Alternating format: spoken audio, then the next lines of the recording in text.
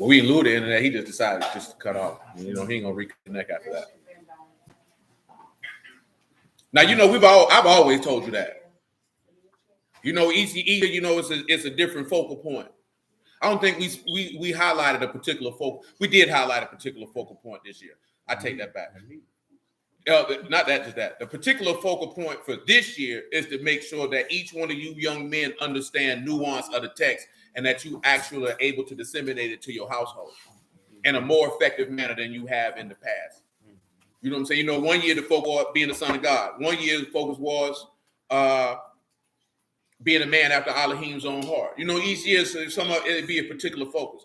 This year's particular focus is for each one of you young men to be experts in disseminating understanding to your wife and to your children, your sons specifically, because your sons have to continue doing that when they get their own family. You know what I'm talking about? And that's to make sure that you pay attention to everything that's stated, to every bit of nuance, so things don't get missed. You know what I'm saying? Because y'all already know I'm not going to be here forever. You know what I'm talking about? So you got to and then on top of that, you know what happens when you do that? You lay the word up in your heart. You know what happens when you lay the word up in your heart? That means you believe it. You know what happens when you believe it? That means the Ruach HaKodesh, you received it. You know what happens when you receive it? You live forever. See, at the end of the day, I know that everybody's not going to be saved. So if one person in this room is delivered, I did my job. Really, I did my job by disseminating the information. You know what I'm talking about? But if one person has eternal life abiding on them, I did my job. Because see, I ain't no fool to think that I'm going to save everybody. That's just foolish. That's not even realistic. You know what I'm talking about? We didn't have that conversation before. If everybody who walked with Yahushua didn't believe him, why would I think that would be different for me? That's insane. You know what I'm talking about? No, that's not going to happen. Everybody don't believe the word. We know that because in John 6, he had a whole bunch of people walking with him, didn't he? When he told them, hey, man, the words that I speak unto you, they ruach in their life, and my flesh is meat indeed, and my blood is drink indeed. They said, it's a hard saying. Who can know it? They said, boy, we got to go. We can't walk with him no more. And what he told his apostles, you going to lead too? And what Peter told him? You got the word of eternal life. Where we going to go? I don't see how people go serve other gods after they done heard the word of Yahuah. Something got to be wrong with you. Something got to be wrong with you. You're going to lead the word of eternal life for that? And you talking to somebody who done studied every religion known to man. That was my thing in college, man. Humanities and all that stuff. I'm talking about in my personal time. Not just in school. I'm talking about on the block with rocks in my pocket and a blunt in my hand, reading this type of stuff. I know all that junk false, man. Ain't nothing solid about none of it. You know what I'm talking about? Not any of it. I'm talking about I took my time with it too, man. You know, I did 4.5 years, boy. I read all of it in there too, boy. I told you it was some books I ain't even finished reading. I told them, you take them back. I don't want to read no more of that. This ain't right. You know what I'm talking about? I'm talking about from metaphysics to all that stuff, man. All of it's trash. And I ain't know nothing about Yahuah at that time, boy. So when that word came, that's what let me know all this stuff trash. Ain't none of it standing up against Yahuah, because none of it abide forever. All that stuff can be destroyed and reworked. They've been trying to rework the word of Yahuah for centuries, for millenniums. Can't do it. Praise the Lord. They can't do it. You know what I'm talking about? They can't do it. Can't do it. They want to try to do it, but they can't do it. Because the word of Elohim abide forever. They can't do nothing with it. I praise God. Philippians 3 and 5.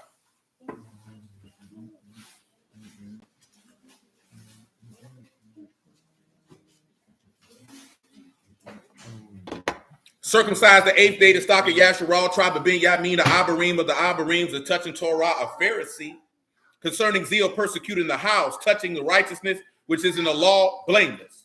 But what things were gained to me, those I counted loss for Mashiach. Yea, doubtless I count all things lost for the excellency of the knowledge of Mashiach, Yahushua, my Lord, of whom I suffered the loss of all things, but do count them dung, that I might win Mashiach. Do you see how he had a separation that is touching the law? He was blameless. And he said, I give all that up for the excellency of the knowledge of Mashiach. That's why he said, how can you call on him whom you have not heard? If you've never heard of the man, you can't call on the man. You know what I'm talking about? See, we think hearing of the man is somebody telling you, hey, he the son of God. No, you got to go on the text and you got to know him. We ended in Job 34 last night, right? You know we got to come back to that, right? As an example. I ain't end off on that note for no reason. But let's continue. And to be found in him, not having my own righteousness, which is of the law, but that which is through faith of Mashiach, the righteousness, which is of Elohim by faith. I think it was somebody asked that question on my page the other day, man, but I ain't say nothing to him. The very thing that we were discussing a couple weeks back. Y'all remember Psalms 32? Y'all remember what's in Psalms 32? Somebody go get Psalms 32, man. Verse 1, first person who get it, you read it out loud, man. I ain't going to read it. I want you to read it out loud. Let the people hear it. Say, blessed is he whose transgression is forgiven, whose sin is covered. Who what? Sin is covered. Go on here. Blessed is the man unto whom Yahuah imputeth not iniquity, and in him in whose ruach there is no guile. See, remember what I was dealing with? Forgiveness, that's on the house. That's on the house. That's on the house. Now, everlasting salvation, oh, yeah, you got to prove yourself to that. You remember that there from Isaiah 28, the tried stone? He got to test you and prove you for that. Y'all know what Acts 14 and 22 say, right? What it tell him? Tell him what it says, Stan. Say, we know through much tribulation, you got to enter into the Malkuth of Elohim, or the dominion or rule of Elohim. You're going to have to suffer. You know what I'm talking about? That's how he tests you. You know what I'm talking about? But the forgiveness, though, that's on the house. That's on the house. How we know that's on the house? You mentioned it last night in the Exodus. When he declared his name, the first thing he said, Yahuah Elohim, merciful, compassionate, forgiving sin and iniquity. So forgiving sin is nothing for him to do. You know what I'm talking about? That ain't nothing for him to do. See, we don't look at it that way. You don't do anything. See, we look at, oh, I keep the law, I'm forgiven. You can turn to keep the law and still not be forgiven because your heart ain't right. How do we know that? Because we can read what the text say they kept the law, but not with a what? Not with a complete heart. Their heart wasn't right. They didn't have an innocent heart. They didn't have a heart of integrity. They didn't trust the man. So you keeping that law meant nothing to him. Meant absolutely nothing. Of course, we gave an example of that, a man's sins being forgiven, and you know who that was. That man that was up there with him. Mm-hmm. You know what I'm saying? Which, of course, you know that go back to Joseph. Nevertheless. Let's keep on rolling, man, to get to my point. We got dragged out a little bit, but it's all good. You know how it happens. He said that I may know him and the power of his resurrection and the fellowship of his sufferings, being made conformable unto his death, if by any means I might attain unto the resurrection of the dead. We came here because what is Paul's hope? To resurrect from the dead, is it not? Now let's return to Romans 8. I got you on that, though. So we over here in Romans 8, right? I think Johnny stopped at what? Verse 19. I'll give you a second to get around that corner. Hey, you better stop playing and pay attention before I give you something to pay attention to. Some nice piece of drywall and paint. Smells real nice. You can become acquainted with it by having your nose in a corner and you can smell it like this here. Because you wind up playing. Mm-hmm. Yeah, I'm talking to you, little bub. Now you want to look sad. Don't look sad. Romans 8 and 19. For the earnest expectation of the creature wait for the manifestations of the sons of Elohim. For the creature was made subject to vanity, not willingly, but by reason of him who subjected in hope. Because the creature itself also shall be delivered from the bondage of corruption into the esteemed freedom of the sons of Elohim.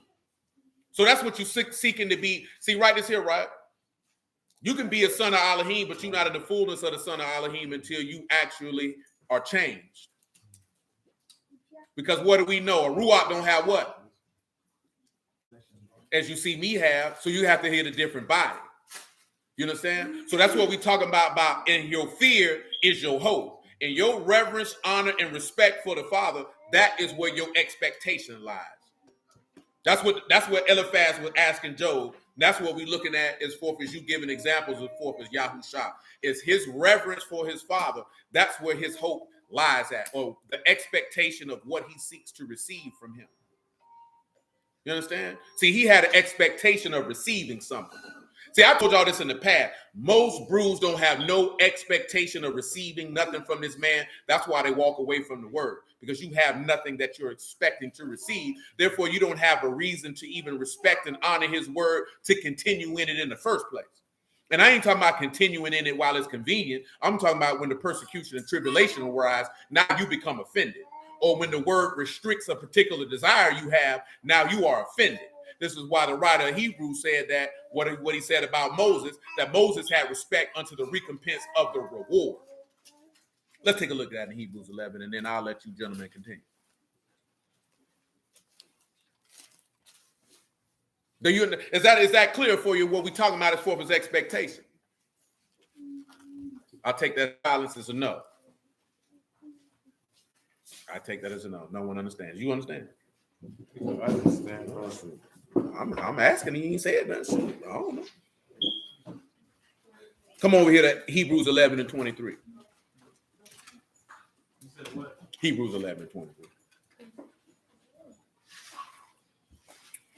By faith, Moses, when he was born, was hid 3 months of his parents because they saw a proper child, and they were not afraid of the king's commandment. By faith, Moses, when he was come to years, refused to be called the son of Pharaoh's daughter, choosing rather to suffer affliction with the people of Elohim than to enjoy the pleasures of sin of a season.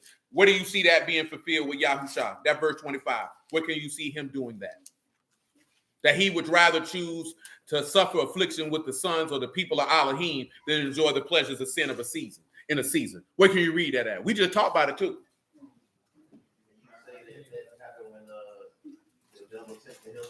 Somebody else said it too. That was you. Somebody else said when he got tried by Satan. Oh, that was, yes, sir. Both of y'all, right? You see that in that instance, what he offered him. And he said, I'd rather suffer affliction with them than enjoy sin for a short period of time. See, most people can't do that, whether they in the word or not. You know what I'm talking about? They can't do it. Most people can't suffer than to enjoy. They'd rather not suffer and come over here and enjoy illicit revenues, illicit fruit, things that they know ain't right. You know what I'm talking about? That's integrity. That's strength of character to be able to do that. Most people don't have it. And unfortunately, our people love to uphold and uplift men who do that because they talented, if you would. At the end of the day, I told you this before. I really don't care how nobody feel. I'm not impressed by somebody who run up and down a field. That means he's a great man. I don't care about you jumping up and down on no basketball court. I don't care about you rapping, singing, or any of that. In the grand scheme of life, that don't benefit anybody. Your singing don't benefit Yahuah because you ain't singing to Yahuah. Your rapping don't benefit Yahuah because you ain't rapping to Yahuah. Your football playing and your basketball playing don't bring no esteem to him. We uplift actors. They play pretend for a living. You know what I'm saying? Why are we uplifting people who may make believe for a living? As if that is something of some note that should be esteemed. I'm not impressed by any of that, so I don't hold these men in any high regard. But we do, and seem like these men can't do no wrong. And defend these men when these men are open enemies of your Father in heaven. That's hypocrisy. Not hypocrisy as forth as you live in a lie, but hypocrisy as forth as that is unfaithful. And you know what that ties to? What he told Jehoshaphat. Y'all remember what he told Jehoshaphat? Why you love them that hate Yahuah? He said, from henceforth out, what you gonna have? Wars. That's why you have so much confusion and strife and contention amongst our people, because the ones who love Yahuah love those who hate him. You know what I'm talking about? And we feel like it ain't a big deal. Man, at the end of the day, people that made their choice, and the choice gonna get clear day by day. You know what I'm talking about? When I'm talking about that choice gonna get clear day by day, that line gonna get drawn, and you're gonna have to say, man, what side you gonna be on? You gonna be on the left side with the goats or on the right side with the sheep? And you can't toe the line. Ain't no gray area. You either down with Yahuah or you down with the devil. It can't be both. You can't toe no line. I've been made my decision 13 years ago. Man, screw all them niggas. Right. You know what I'm talking about? When it come down to it, screw every last one of them. Because guess what? If it come down to it, you would very well may have to judge somebody you hold in high regard. Some brews ain't going to be able to do it. Right. We were talking about it last night because I told you they going crazy because B. Simone said what she said about Martin Luther King. Nigga, losing their mind. I don't care nothing about the personal part. That man supposed to have been a pastor. So for you to put your penis in any other woman other than your wife, well, you evil, boy. Because it ain't even about you. See, if he was just a regular dude, I wouldn't have nothing to say. I wouldn't care. But that man said he was a pastor. That man said he went to school to learn this, opened up the book, taught people about it. That's what he said he did. That means you hold the standard of Yahuah then. How you going to go against that? I'm supposed to see, but he did great work. He was a great man. Great to whom? Because if we was to go ask Yahuah how Yahuah feel about it, well, he dishonored my name. He called people to blaspheme my name. But hey, man, he had some rallies and stuff, got beat upside the head and went to jail. You think Yahuah care about that? See, we go to looking at the stuff through our eyes, and we don't look at it through his eyes. And you can see it through his eyes because he left you his word. You know how he see it. Ain't nobody getting by that's outside the man's word. I don't care how much you like him. I don't care how much you love him. That's myself included. Ain't nobody skating by. All us in here got to line up. All us in here got to have the man's spirit. All us names got to be written in heaven. He don't care what you did out here. He wouldn't care how much money you made. He wouldn't care how much status you got. He don't care about any of that. And I had to tell the brother that too. Y'all know what it say. Luke 16:15. You are those which justify themselves, but Elohim know your heart. And that which is highly esteemed among men is an abomination before Elohim. I'd rather be esteemed in heaven than be esteemed on the earth. Straight up now. I'd rather have honor. Because see, honor in heaven might mean you might not be honored on the earth. You might be disrespected. You might be dishonored. You might be mocked. You might be scourged. You might be incarcerated. I'll take that. That's the honor of heaven. Ain't that what he told you? He say, blessed are you if you count it worthy to suffer for his name. Ain't that what he told you? You got to realize something. There's no disrespect to the brother. I don't know. Martin Luther King Jr. never suffered for the name of Yahushua one day in his life.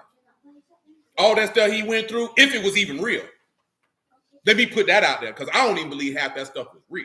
You know what I'm talking about? As far as what they put on the TV by what they did to some of these men. All this stuff be psych ops for your mental manipulation to get you to go in the direction that they want you to go.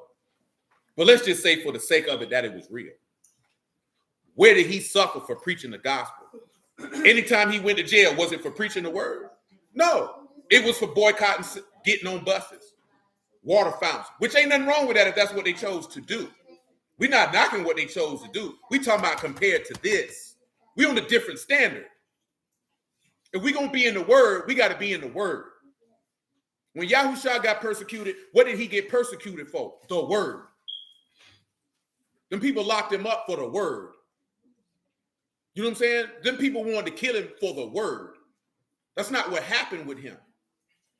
That is not what happened with MLK. Do you not understand the time has come? These people going to kill you for this?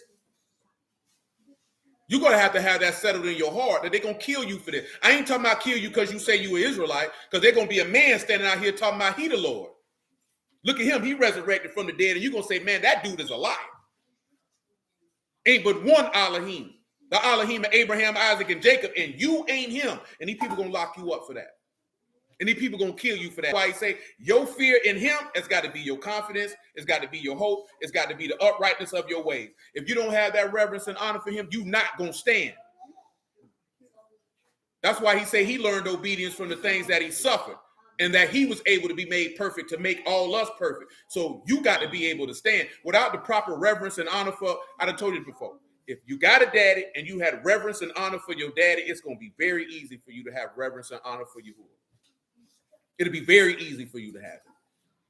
If you didn't have it, you're going to have to work a little harder. You know what I'm talking about? Because you don't know what it's like to look at a man and have that level of respect for him. That when he say go, you go. When he say do, you do. When he say sit, you don't move. Not because of how he going to do this here, because you know that there's a reason why he telling me to move. There's a reason why he's telling me to be quiet. And he'll explain that reason to me in due time. Because I just heard a lady say this, that she had a bad relationship with her father. She said he was protected, but he did something I done told y'all to not do. He didn't explain to that little girl why he didn't want her to do the things he didn't want her to do. I done told y'all that before. Didn't Yahuah explain to you with every instruction why you shouldn't participate? So when you teach a child, you just don't tell them don't do something. You explain to them the detriment of them participating in that behavior. Because if you don't, they're not going to understand. See, the greatest thing you can give somebody is understanding. See, the text tell you that without understanding, you worthy of what? Yeah. He said, I came that you might have an understanding, and that understanding that you might have life. Understanding is the greatest because now you have insight. Now you know why you're doing what you're doing. When you don't have understanding, you just float. Then you make up things. You know what I'm talking about? That ain't what we want. Where we were going at? Yeah, I lost my page. That's what happened. I lost my page. Verse 26, right? Esteeming the reproach, this is Hebrew 11:26, by the way. Esteeming the reproach of Mashiach greater riches than the treasures in Mizraim, for he had respect unto the recompense of the reward. You see that respect? See, that's going to be your Yahuah, or your fear, your reverence, your respect. See, that's what I was talking about last night. Most of these dudes who teach the word, they don't respect this man. That's why they can touch on little girls. That's why they can do the stuff they be out here doing, because they don't respect this man. And if you don't respect him, how you think you telling them about somebody else that they gonna respect him when they watching you disrespect him? Why would I fear God you don't fear? Why would I honor God you don't honor? You know what I'm talking about? A lot of brews some people look at brews like, look how they treat each other. I don't want to fool with them people. You know what I'm talking about? See, we don't look at that, but what's the commandment he gave us? That you do what? That you love one another, so everybody know that you my disciples. Ain't that what he told you? This way, and it's not difficult, man. It's very easy. You can live a quiet, peaceable life. You know what I'm talking about? Ain't nothing difficult about this way, man. The difficulty come in the sacrifices that have to be made. And most people don't want to make them. Verse 27, but he forsook Mizraim, not fearing the wrath of the king, for he endured as seeing him who is invisible. Don't have no fear. These people can't do nothing to you. You got something for hope, or you want to pick something up, or you want me to go to somebody else while you look? Come on, let's stand. Let's roll, baby. I got Matthew 16. Matthew 16. What verse you got? Verse 21. Verse 21. We in Matthew 16 and 21. We had to back it up to 14. We'll probably back it up to 13 to get the full context. It is allowable. It is acceptable. Matthew 16 and 13. When Yahushua came into the coast of Caesarea Philippi, he asked his disciples, who do men say that I, the Son of Man, am? And they said, some, Yachanan their Mercer, some, Elijah, others, Jeremiah, or one of the prophets. He said unto him, but whom say you that I am? Simon Peter answered and said, you are Mashiach, the son of the living Elohim. Yahushua answered and said unto him, Baruch are you, Simon Bar-Jonah. Stop playing, boy. For flesh and blood have not revealed it unto you, but my Abba, which is in Shamahim. See, this is the pause again, showing you the difference between law and gospel. See, gospel can be revealed from heaven. See, the law was already revealed from heaven when he was giving you the 10, and then you said you didn't want it from him. So then he had Moses give it to you. See, a man can teach you the law. But if you're talking about that gospel, because when we talk about that, Paul was taught the gospel by man. I mean, the law by man, by Gamaliel. He wasn't taught no gospel by no man, though. And that's the difference.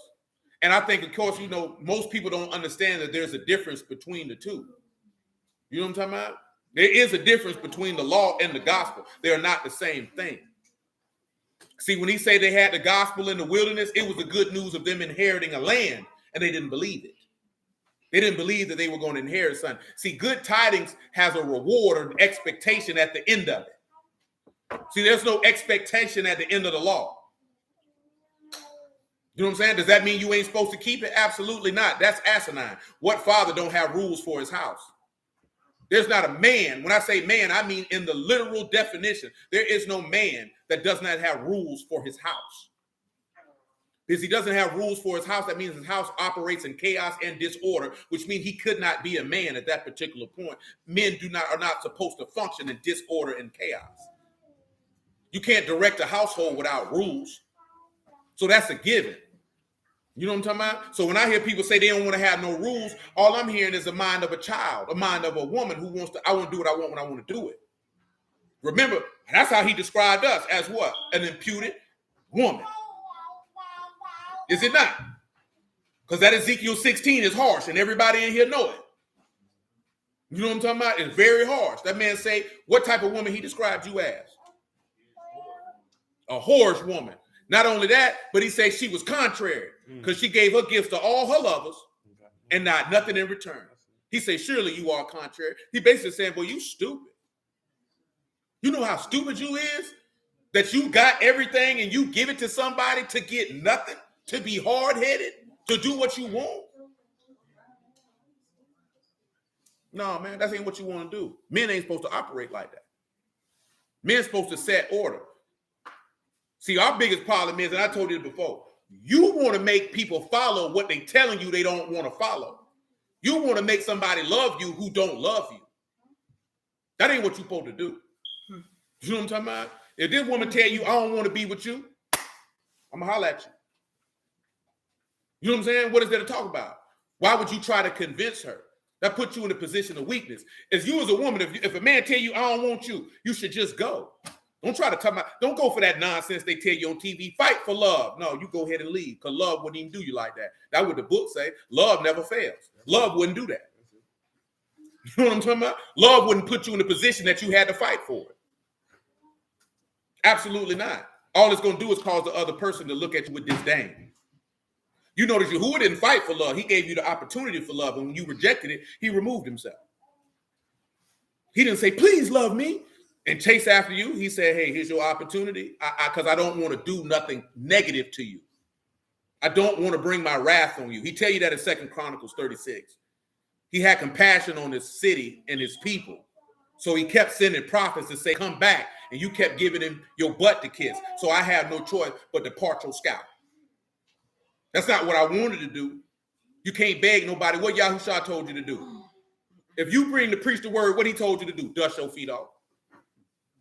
He said if they don't want to receive it, leave them alone. What you begging them for? Don't beg nobody to love you, man. That's insane. That's insane. You don't do that. Because, again, 1 Corinthians, we done went through this before. 1 Corinthians 13 tell you that love is not what? Selfish. So for somebody to put you in a position where you got to beg for their love, they selfish. So they don't love you.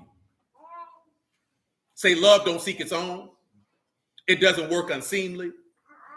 You know what I'm talking about? It's not lifted up. It's not rude. It don't rejoice in evil. It said love never fails. So if the other person loves you in return, they would never put you in a position where you had to approve and fight for them to stay when they tell you that they don't want to stay. See, Yahuwah's not going to beg you to stay if you say you want to leave. He's going to tell you they go to dough. And you know why he's going to tell you they go to dough? Because he already knows what he has. That's a loss for you. That's not a loss for him. See, when we walk away from Yahuwah, Yahuwah ain't losing nothing, because Yahuwah was Yahuwah before we even knew who Yahuwah was. You losing out. He's not losing out, because you need him. He don't need you. You need your sins remitted. You need the gift of eternal life. He ain't got no sins, and he lived forever from anyway. So what does he need you for? He created you for what? His esteem. So if you don't want to give him esteem, he said, that's fine. But there's consequences that go with that. And we are persuaded of better things, are we not? We don't want the consequences. We want a new heaven and a new earth where righteousness, peace, and life dwell. So we persuade men, turn from your sins and live. Some people do. Some people don't. This is what it is. So 16 and 18, Matthew. And I say also unto you that you are Peter, and upon this rock I'll build my house, and the gates of hell shall not prevail against it. And I will give unto you the keys of the kingdom of Shamahim, and whatsoever you shall bind on earth, you stretching your clothes out. And whatsoever you shall loose on the earth shall be loosed in heaven. Then he charged his disciples that they should tell no man that he was Yahushua HaMashiach. From that time forth began Yahushua to show unto his disciples that he must go into Jerusalem and suffer many things of the elders, the chief priests, and scribes, and be killed and be raised again the third day. See, his expectation was to rise. That's the expectation and hope that he had. And that's also labeled in the reverence he had for his father, because he was willing to die. You know what I'm talking about? A lot of us are not willing to make a sacrifice, knowing that you have to wait to get the benefit of the sacrifice. See, most of us want it right now. You understand? You remember Abraham had to wait a minute for him to get his promise, did he not? So we don't have, that's an ugly way to, come on, Sylvia, what you got for me? I did not just ask you to stop doing that. You're stretching out your clothes. Then you're going to look like a poop pup. Why you want to do that? Because you're cold? Or why wouldn't you just go find your yama and ask her for a blanket? Wouldn't that be easier than stretching out your clothes? Oh, it would. Grandma, I don't know what I'm going to do with you.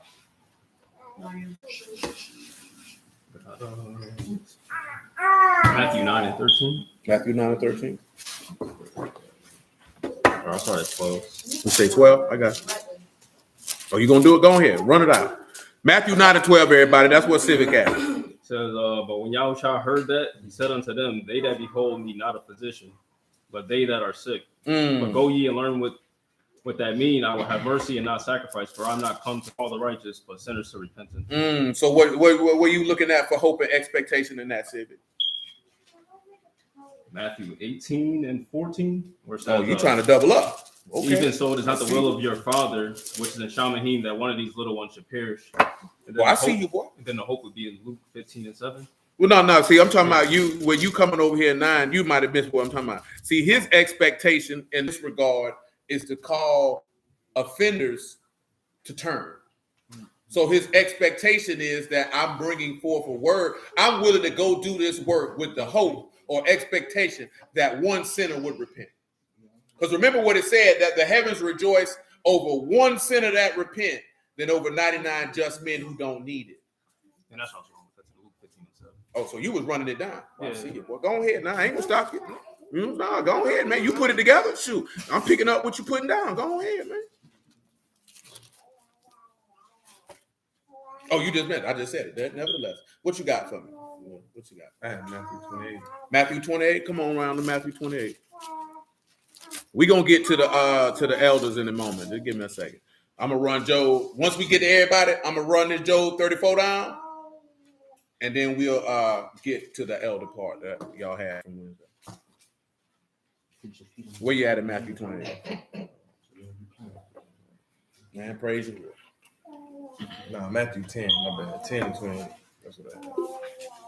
Matthew 10 and 28, everybody. I'm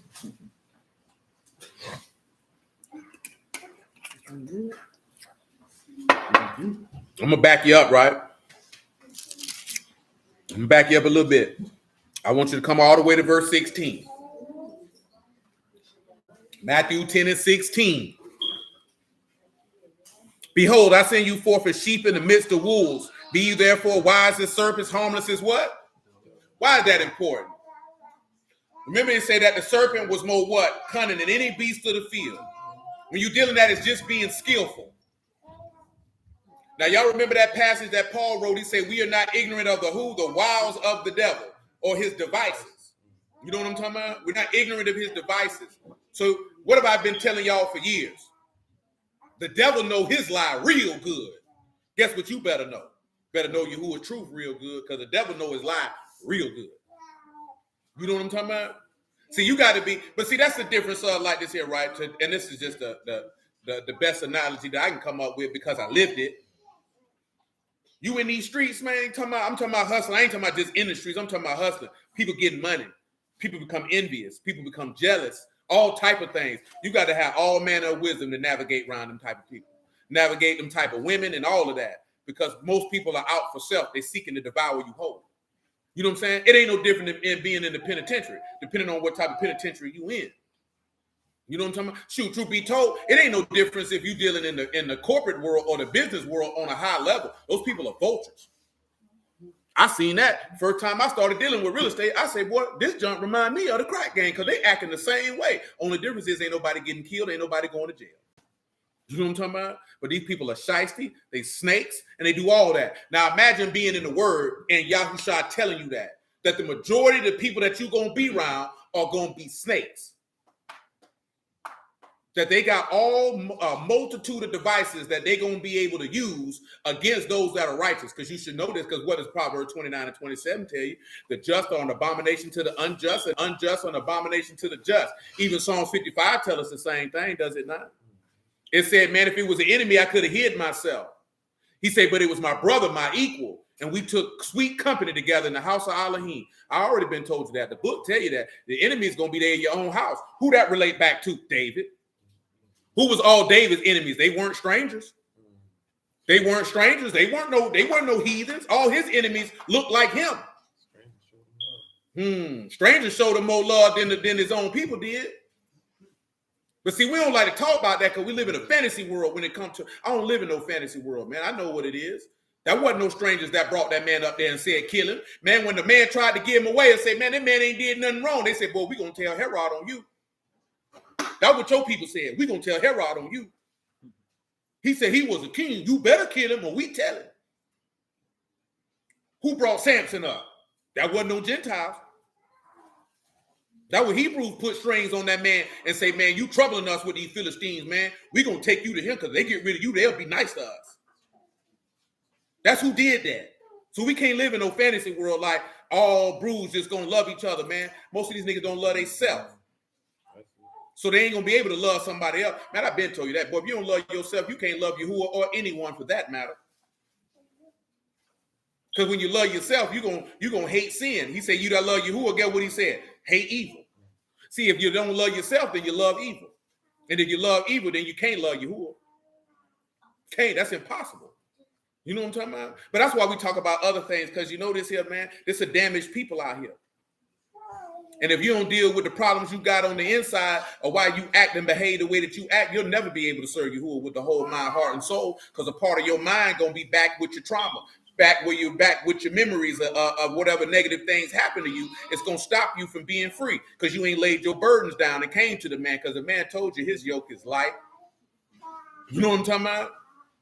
That man told you everyone that is heavy laden and carry burdens, he said, lay them down, I'll give you rest. We coming to the man with burdens and wondering why you ain't getting no rest. Because you ain't laid them down. And you ain't laid them down because you're going to have to face them. And you don't want to face them. Because you don't want to deal with the pain. But one thing about pain is temporary. Every one of y'all done stubbed the toe before. It hurt real bad, but it subsided after a while. You might have cut yourself before and it would bleed and it stung and it hurt, but after a while the pain went away. You know what I'm saying? The only way that you're going to be able to grow and mature is look that pain in the face, confront it, assess it, deal with it, set it to the side, move forward with your life. But if you keep holding it, you'll never be right. Because all it's going to take is the right situation and circumstance. It's going to take you right back to that point. And you're going to be right back in that place, behaving in the same way you've been behaving, moving the same way you've been moving, and you're not going to get the results that you desire. You know what I'm saying? That's everybody. You know what I'm talking about? Because everybody done dealt with something. It's not that you deal with stuff. It's how you deal with it. That's the issue. Everybody going to deal with something. That's life. But how you deal with it is the question. And most of us don't have the tools to deal with things properly, but now you have the word. So when you have the word show you how to deal with life properly. And one of the biggest things that he tell you how to do it is to do what? To lean on others who in the word, not chart out there by yourself. You know what I'm talking about? See, we like to try to do stuff by ourselves and then wonder why it don't work. Don't make you weak because you're dealing with something. See, we've been told is you weak if you're dealing with something. You gotta be strong and don't say nothing. That's foolish. That's foolish, man. You dust and ashes, you flesh and blood. That makes no sense. You know what I'm talking about? What did we just look at last night, right? He said the men ain't standing up in the breaches, right? Or building the wall. We already know the brother's supposed to be a wall, a strong something for you to lean on. Don't make you less of a man because you deal with something. It only make you less of a man when you sit around crying about stuff with no intentions of doing something about it. Because see, I wasn't raised that way. I wasn't raised to sit around crying about something and then don't fix it. Because after that, the dudes in my neighborhood like, but nobody want to hear that. You gonna sit here crying about it, but you're not asking to figure out a way you ain't getting information from somebody how you can fix it. You just crying. Don't nobody want to hear that. Not from no man. 10 and 17.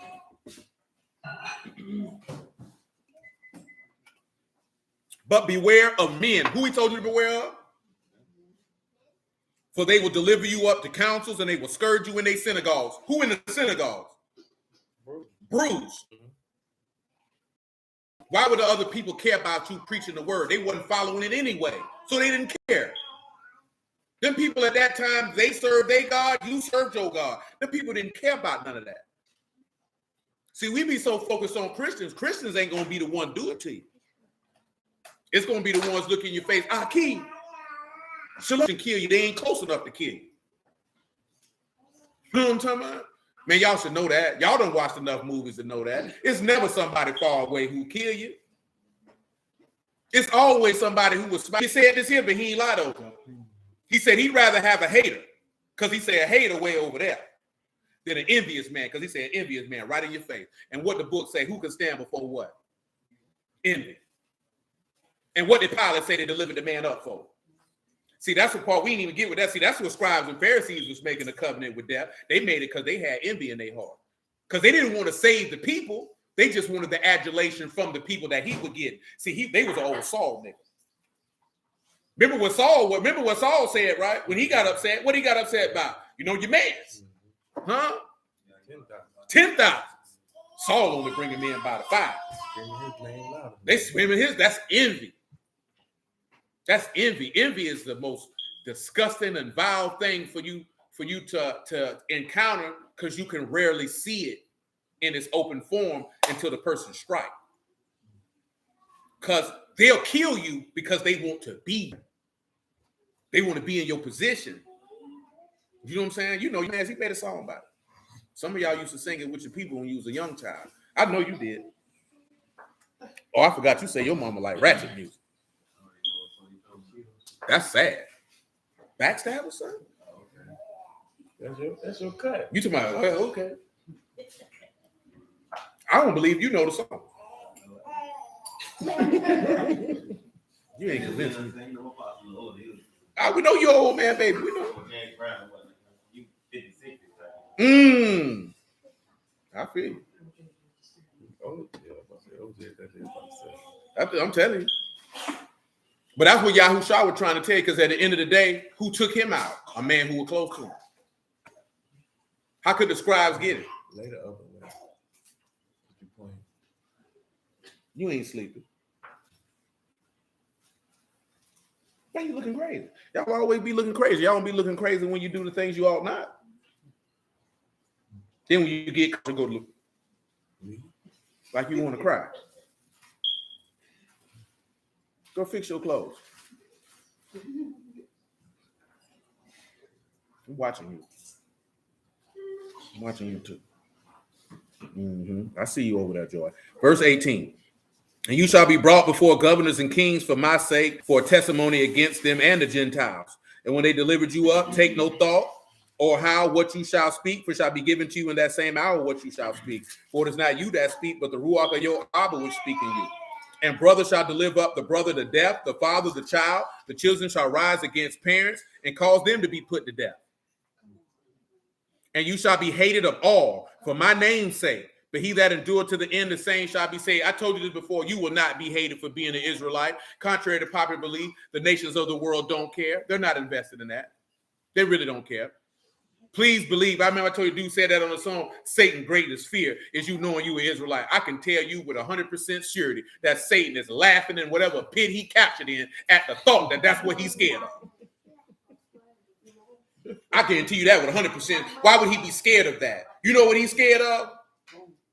Repentance in faith and the obedience of faith. That's what he's scared of. Because you know why? Because then he won't have power over you. Because Satan only got power over one thing, and that was death. And Yahuah done took back that power. And when you take hold of Yahuah, then death ain't got no power over you.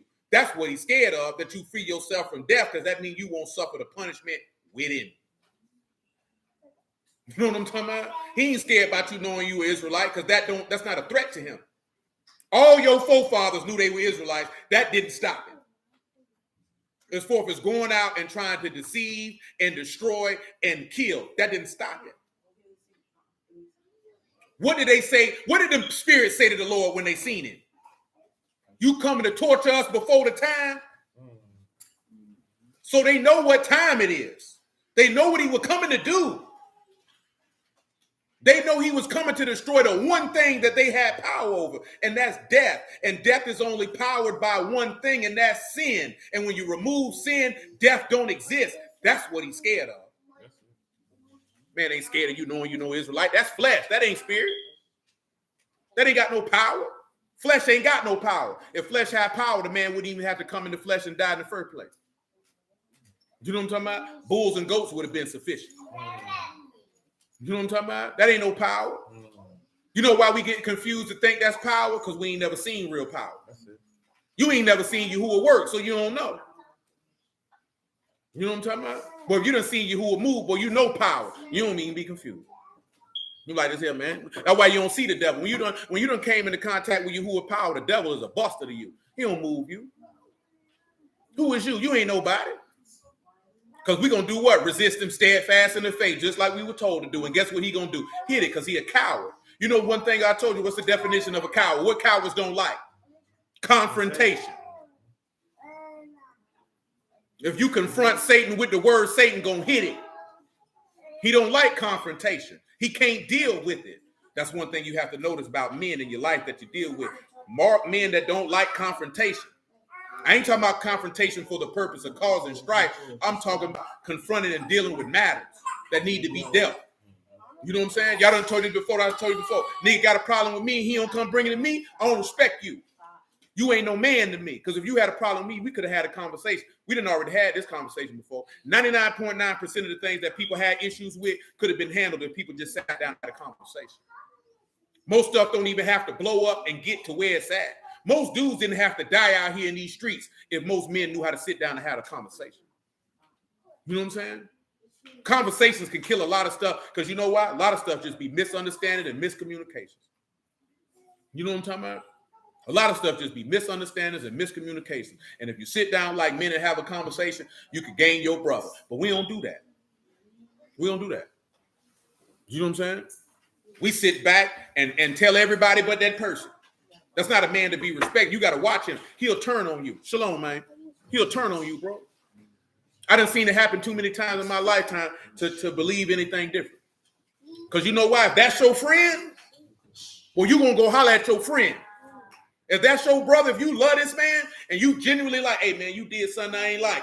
Boy, if you love that man, boy, you going to go talk to that man because we done had this conversation before. The love you got for that man is bigger than whatever issue you got. And you would rather make sure that your love stays strong with that man than to be sitting over here brooding about something of no consequence. Ain't that's what Yahuah did, didn't it? He came down and had a conversation with you. He said, I'm going to plead with you face to face. I'm going to talk to you face to face. Well, y'all done did me wrong and I love you. I got to do it. See, praise God. See, that's the thing. How could you go worship Allah? How could you go do that knowing what you got over here? How you going to go over here with Buddha? You know what I'm talking about? Go over here with Tammuz. Ain't none of them did none of this here, man. Ain't nobody loved you enough to say, I'm going to become a man, make myself less than, to come look you in the face and tell you I love you, man. Stop doing me like this. And then, matter of fact, not only that I love you, but that I got gifts and riches that are mine, and I'm going to give them to you. I ain't even got to give you this. You ain't even did nothing to earn this. But come on, man, rock with me. Oh, I'm rolling with him, boy. Can't nobody tell me nothing when it comes to that. You know what I'm saying? Not nothing. Boy, all these gods false. I step on all of them. Literally and figuratively. When it come down to Yahuah. Boy, ain't nobody touching the Lord, man. Absolutely not. You know what I'm talking about? Absolutely not. Absolutely not. It's a beautiful thing once you know him. Your life changed. Your perspective changed. Everything changed. You know what I'm talking about? It got to change because if it don't change, then you don't remain the same. And guess what that means? You ain't been born again. You don't want to be still thinking the same way, living the same way. Verse 23, just remember, they're going to hate you for the gospel. Notice it said for his name's sake. Y'all know that, right? Mm-hmm. They're going to hate you because you proclaiming the good tidings of Yahushua. You publishing salvation. That's what they're going to hate you for. You can't go around telling people, believe on the Son of God. I told you, I done been in a Muslim face and told them, man, your religion fake, nigga, and your prophet is too. How could you say that? I say, don't your book say that the prophethood and revelation was given under Isaac? Yeah. What house does Muhammad come from? Ishmael. So your book is a lie. Your God is a lie. Your prophet is a lie. Get out my face. He wanted to fight. I say, well, shoot, make a lie on yourself. But he couldn't say nothing because it's in your book. If your book say the prophet and revelation come to Isaac and Muhammad don't come from Isaac, what is the only conclusion we can come to? Your religion is false. Your book is false. Your God is false. Your prophet is false. Why would I follow it when your own book condemned it? I'm not following that. See, he wasn't ready for that because he didn't know I read the Quran, sir, several times in high school. You understand me? My English teacher, Mr. McDoom, gave me his Quran. He said, here, take it home, read it. Study that. Because he knew I was on that type of time. He said, here, man, take that, read that. I had other books. So I already knew, man, this is false. I studied Buddha in prison. It's false. It makes no sense. This is a big, fat, rich, naked man, like to sit around in his drawers. Do you understand how appalled I was to reading about Horace, man, that this man was a homosexual? We ain't got to go into details. Y'all know the story. Like, come on, man. Y'all following that? You got the nerve to say the 42 principles of my art come from this? My God don't sanctify no doggone sodomy, boy. Come on, man. We don't rock with none of that. These men were sodomizing each other. Y'all know that. They were eating rhinoceros meat and having sex with children. We don't stamp none of that, man. Not none of that. Yahuah don't stamp none of that. I'm not following that. I'm not following a God that want to sodomize his nephew. I'm not following that. I'm not following a God who had his penis cut off and his wife used it as her personal dildo. I'm not following that. Ain't nothing good coming from any of that. Ain't no life coming from that. How you get life from a severed member? And I'm supposed to follow that. I'm after life. This man gave us an opportunity at life. All y'all know where you came from. All y'all know what you were doing. Some of you know what you would be doing if it wasn't for him. And you think I'm finna come over here and entertain? That's like you being a married woman and another man trying to take you from your husband and you know how good your husband is to you. You got to be crazy. You know what I'm talking about? Because you know how you know they got to be crazy? Because any man worth any respect wouldn't even attempt to try to persuade a married woman to cheat on her husband. He wouldn't even do it. That's why he said you got evil men seducing and being seduced because they're trying to get you to draw you away from your husband. Make you think it's better for you over here by making you think, oh, you ain't got this or you can't do this, when really you got everything. When you with Yahuah, you got everything. You don't lack for nothing. Harlem, no. He's telling you right now. Verse 23. But when they persecute you in the city and flee you into another, for truly I say unto you, you shall not go over the cities of Yasharal till the son of Adam be come. The disciple is not above his master, nor the servant above his Lord. It is enough for the disciple that he shall be as his master and the servant as his Lord. If they call the master of their house Beelzebub, how much more them of his household? Fear them not, therefore, for there is nothing covered that shall not be revealed, and hid shall not be known. What I tell you in darkness, speak you in the light. What you hear in the ear, preach you upon the housetop. Fear not them which kill the body and are not able to kill the soul, but rather fear him which is able to destroy the body and soul in hell. Are not two sparrows sold for a farthing, and one of them shall not fall on the ground without your Father, but the very hairs of your head are all numbered. Fear you not, therefore you are of more value than many sparrows. Girl, fix your clothes, your drawers out.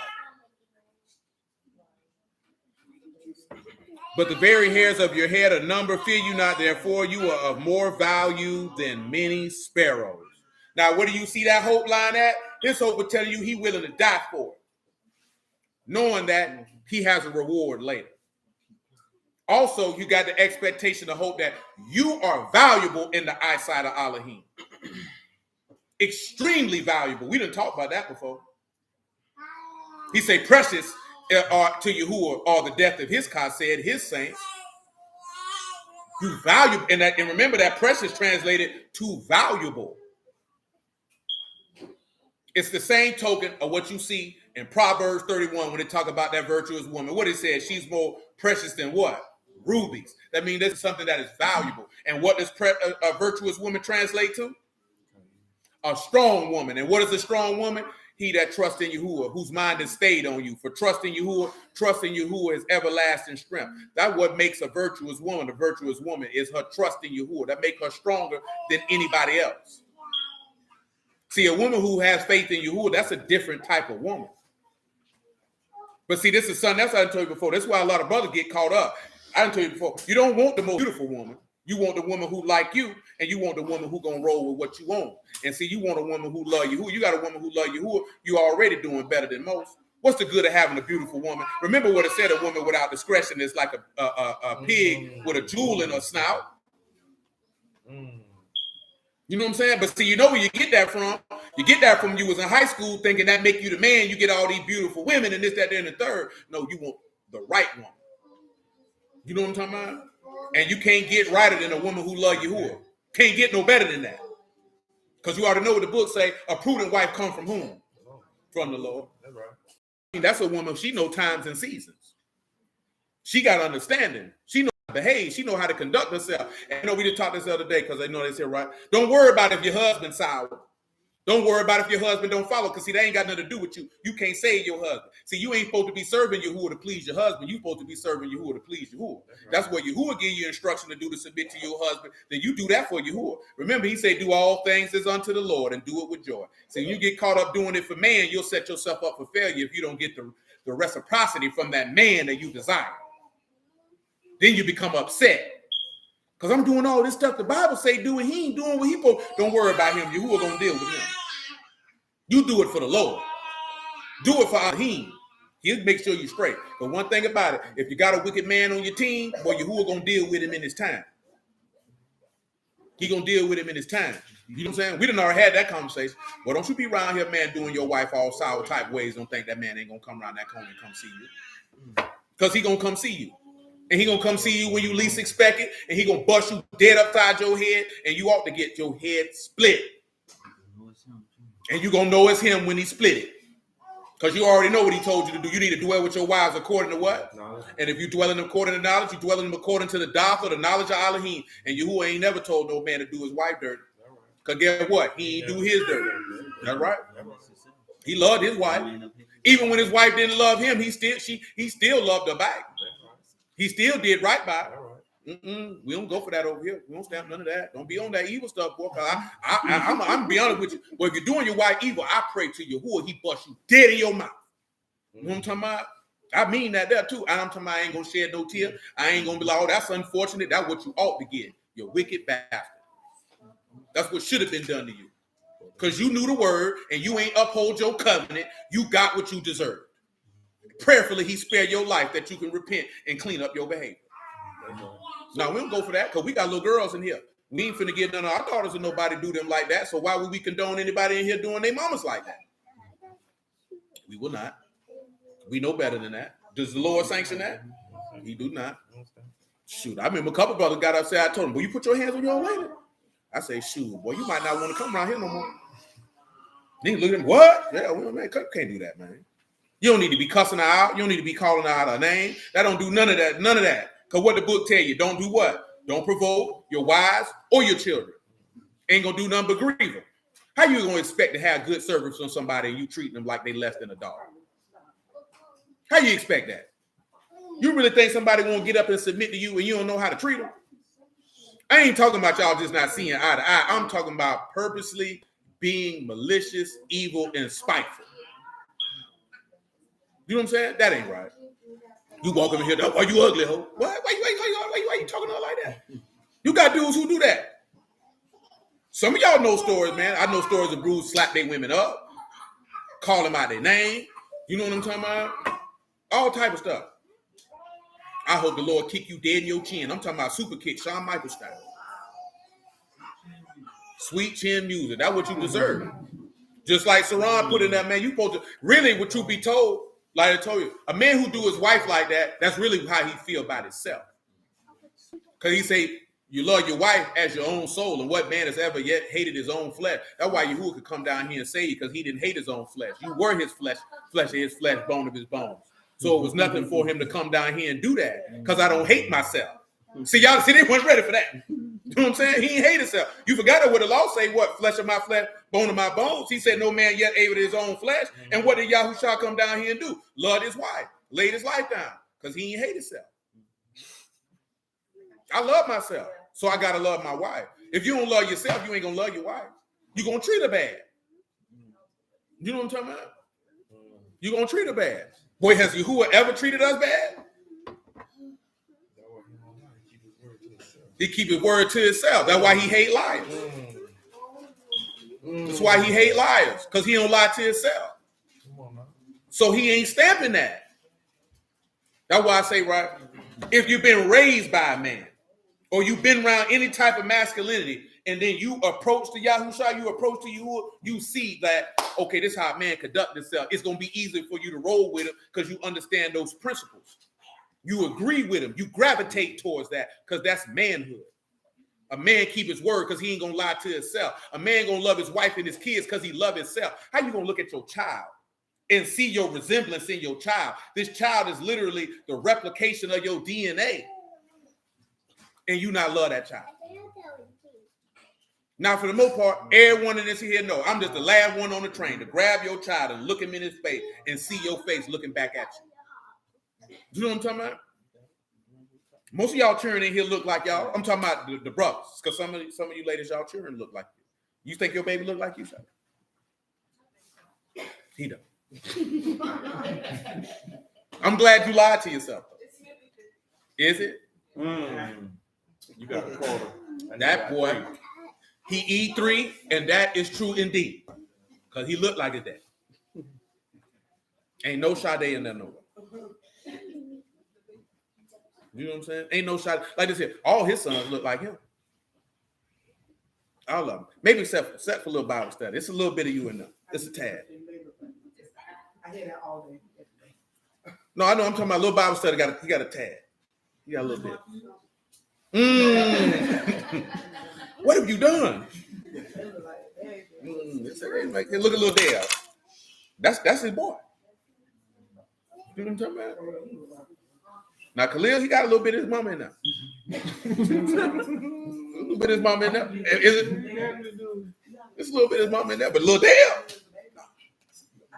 You know what I'm saying? Now your boy. I don't know. Not for real. That's your son, bro. You know what I'm talking about? That's your son. Ain't who else in here? Ain't nobody else. Now see, Bird, them two do.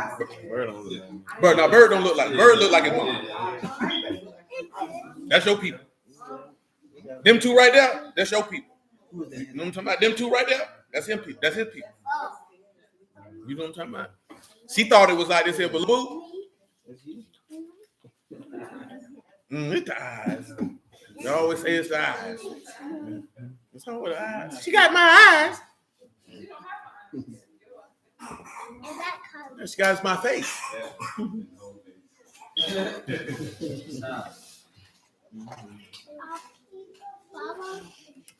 Eugene, you look like your daddy too.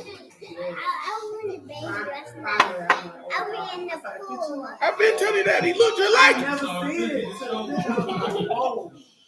But I'm just telling you like this here, right? When you take that child and you look at that child and you see your face, how you don't look? That means you don't love yourself. Then, of course, if you looked at this woman, you found her worthy enough to carry your seed, and she put her life on the line to bring forth your seed. How you not gonna love that woman? You know what I'm saying? Because you chose her, you deemed her worthy enough to carry your seed, and she loved you enough. Because like I said, I just heard that Steph Curry mama said she wanted to abort him. Do you understand that want to abort a man child mean that's how you feel about that man? You know what I'm talking about? That's how you feel about that man. That I hate you that much that I don't want to replicate your DNA. But if that woman say, I'm willing to put my life on the line, because everybody in here know it, every time a woman go to give birth, she can lose her life. You know what I'm talking about? So that means that woman loved you enough to replicate your DNA at the cost of her life. And how you going to look that woman in the face and you don't love her? You know what I'm talking about? You know what I'm saying? Like that there, we didn't have this conversation before. It ain't nothing new. We done went through the word with it. You know what I'm talking about? How you not gonna love that woman if she love you enough to lose her life to bring forth your seed? You know what I'm talking about? Yahuah see it the same way. That's why he don't deal kindly with men who don't love their wives. Because, you know, Bruce love to talk about what the women don't do, but, you know, we spend talking about what the man supposed to do. I ain't worried what a woman ain't doing. What is the man doing? The woman ain't lead nobody. The men are. So what you doing? I don't care what she doing. That's not none of my concern. Well, I look like walking around rebuking women all day. Nigga, that's gay. You got something to say to a whole bunch of women. You ain't got nothing to say to these men over here. I don't care about them over there. When I say not care, meaning not emotionally invested in them being leaders. They can't fix anything. They looking for you to fix it. But dudes would rather point fingers at them. Well, if the women would do this, you don't even sound like a man if you talking about you'll behave a certain way if the women do this. I don't care what the women ain't going to do because I know what I'm going to do. And then she either going to get with that or she going to get left. That's exactly what Yahuah would do. I don't care what nobody else over there doing. But this is what we doing over here. And if you ain't going to get down with this, then I'm going to just leave you over there where you at. And what is that word called when he do you like that? Reprobate. What does reprobate mean by definition? Uh-oh, LaJohn, he need a lifeline. You can help him out. Look at you, Michael. You've been spared all day, but I still know you over there.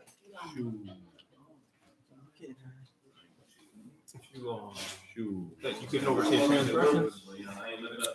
By definition, what does reprobate mean by definition in Hebrew? Saran got it. Rejected.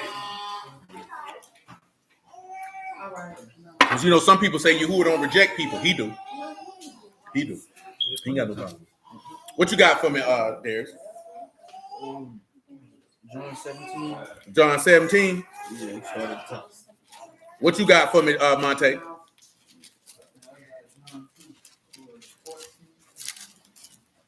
He say start from the top. 4 and 13. He start from the top. I'm gonna make it swift because we're short on time. When you look at his hope right here, the biggest thing that you see what his hope and expectation was for his apostles and everyone who would believe on his apostles, believe on him because of his apostles being one in him. You understand? What is the thing that he say for? That they all may be one in you, Abba, as they are in me. That's verse 21, right? John 17. Also, what did he pray for him? To set him apart through the faith, because his word is faith. Remember, because truth does not define in Hebrew as truth meaning something that's correct. What are the three words? Amuna, Aman, and Amath. And what is that? Steadfast, reliability, faithfulness. So he says set them apart through his faithfulness, because his word is faithful, meaning it don't fail. You know what I'm talking about? Because what did he tell you in Isaiah? My word will not come back unto me void. It will accomplish unto what I sent it to accomplish. Yahuah is a faithful Elohim. He's a just Elohim. He's an Elohim of judgment. Because I had this conversation with a brother the other day. I said there's two types of judgment. Y'all know that, right? Y'all remember that? What's the two words for judgment? Because you lied with it. Mishpat, I don't know the other. Michael? I just always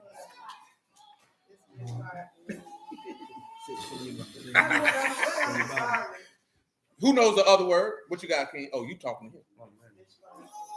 Start with an S. Start with an S. There you go. Not shoot. Shoot. If I do that, I'm not doing that. Mishpat and what else? What's the other word? Sade. Big boo. It is Shafar. Oh, Shafar. I heard it. So you got Mishpat, which is what? Right and wrong. Deciding a case. What is Shafat? Vindicating. Condemning. Actual execution of judgment. Those are two different things. You know what I'm saying? Every time you see judgment, it ain't Mishpat. You know what I'm saying? Sometimes it's Shafat. And truth be told, if you know both words and you read in context, you can be able to know which one is talking about before you look it up. Were you aware of those things? You ain't know that, did you? Yeah, you. You the only one with orange on here. Who got on orange? I can't see her. She don't know. Who got on orange? I can't see her. I can't see her neither. So it's just you for now. He got on orange too, but he wasn't in my eyesight. Yes, sir. I have a question. Go ahead. Mishpat and Shafat. Yes, When one of those words coincide with like when they giving you the stone, with the stone like when it might be like you guilty or forgiven.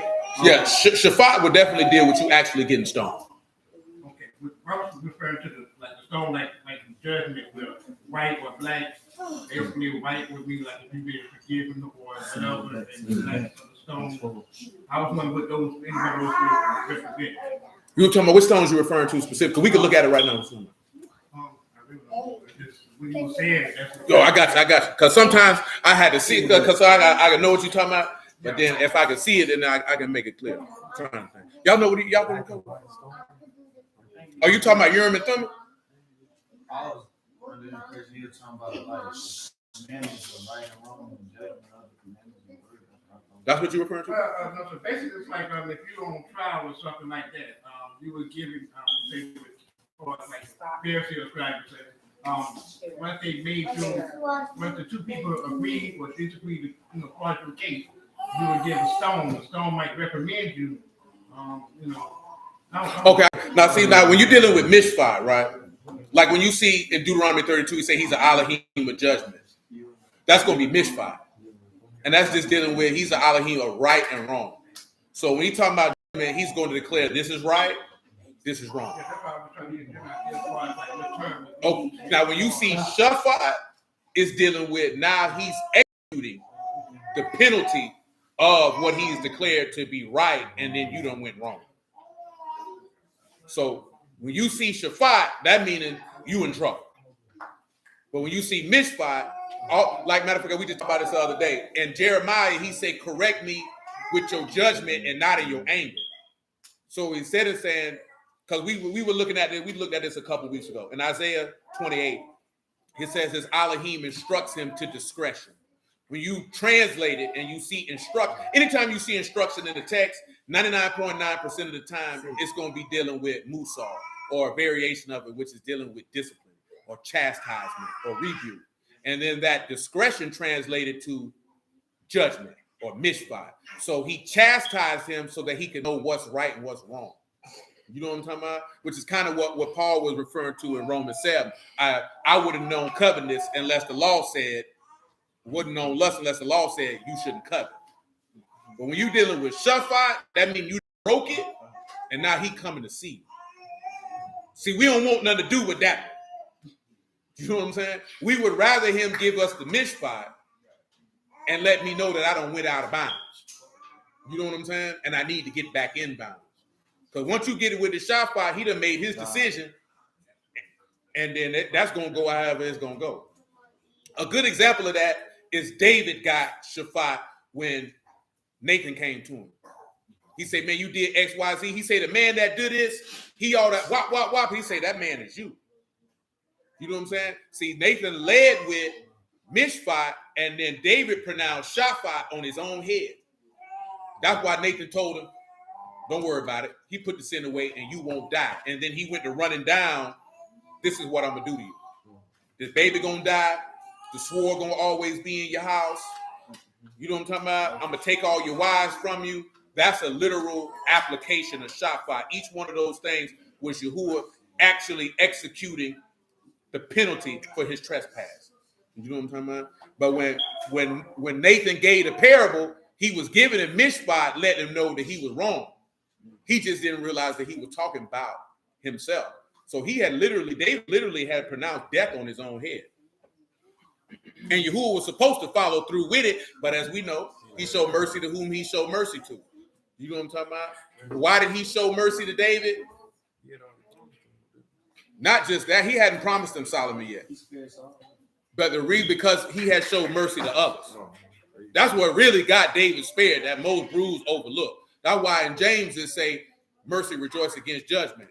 And it also says in Psalms 18, he merciful unto the merciful. Because David had showed so much mercy to Saul on repeated occasions when he could have killed him, Yahuah returned the favor. Yes, God. You know what I'm saying? Because imagine if David would have killed Saul. Then when David got caught at that like that, Yahuah would have been justified in taking him out. But because he showed the attributes of Yahuah himself by forgiving and showing mercy to an enemy, Yahuah forgave him. So that's why you can see where Yahushua come back around and say, be merciful. See, a lot of people don't know the turn the other cheek and all that stuff. That stuff comes from David's conduct and behavior. Because he wasn't talking about just with anybody. He was talking about with your brother. That's what a lot of people overlook. They use that against you in Christianity, but we don't care what they use in Christianity. We understand the text. He's talking about your neighbor, your brother. If your brother do that, he's like, don't do nothing to him. David is our example. Jacob is our example because he could have did something to Laban and he didn't do it. He said, my righteousness is going to speak for me. And he went on about his business. With Esau, you know what I'm saying? He seen Esau, he showed him love because Esau wanted to kill him. That's his brother. None of these men sought to execute vengeance on their brother. See, they want to take it on him. Oh, you want to turn the cheek to the white. He ain't even talking about that. Anybody who in the word wouldn't probably even be put in the position where he would have to forgive a heathen nation for doing him like that. Because we know what Yahushua told us. If your brother trespass against you, and he don't come to you, or if he come to you and he won't hear you, and then you go get 2-3 witnesses and he won't hear them, then he say take him to the whole assembly. He said if they won't hear them, then he said treat him like a heathen, which means I don't fool with you. You know what I'm saying? And see, most brews don't even like to go through that protocol because they don't even know this man told you could just cut him off once you done went through how that's supposed to go. Because the initial thing is, okay, you got a problem with that brother, y'all need to hash that out. You can't hash that out, 2 or 3 witnesses. You can't hash that out. He said the whole congregation.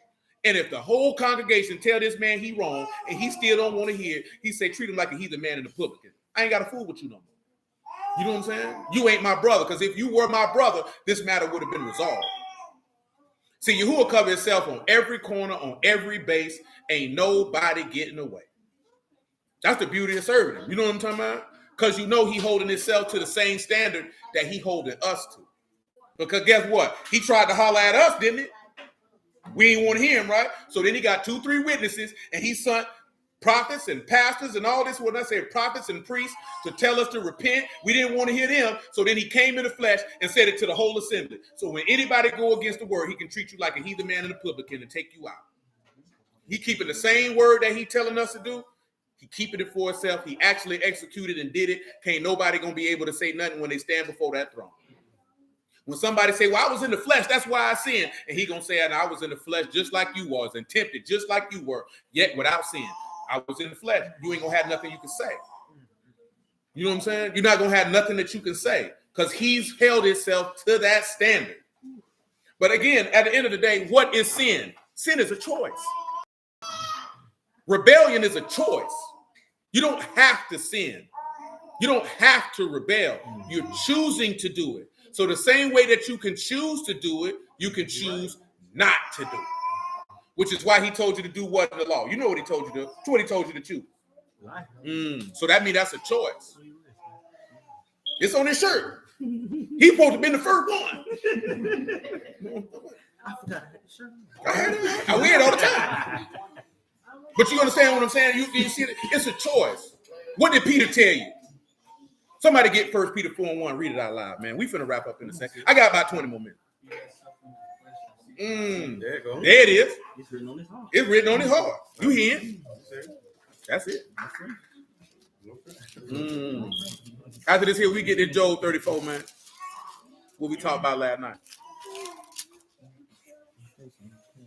Y'all just might have to keep your elders part in your back pocket. Because I still need to talk about the scribes doing it before we even come forth with y'all with it. Keep a full clip.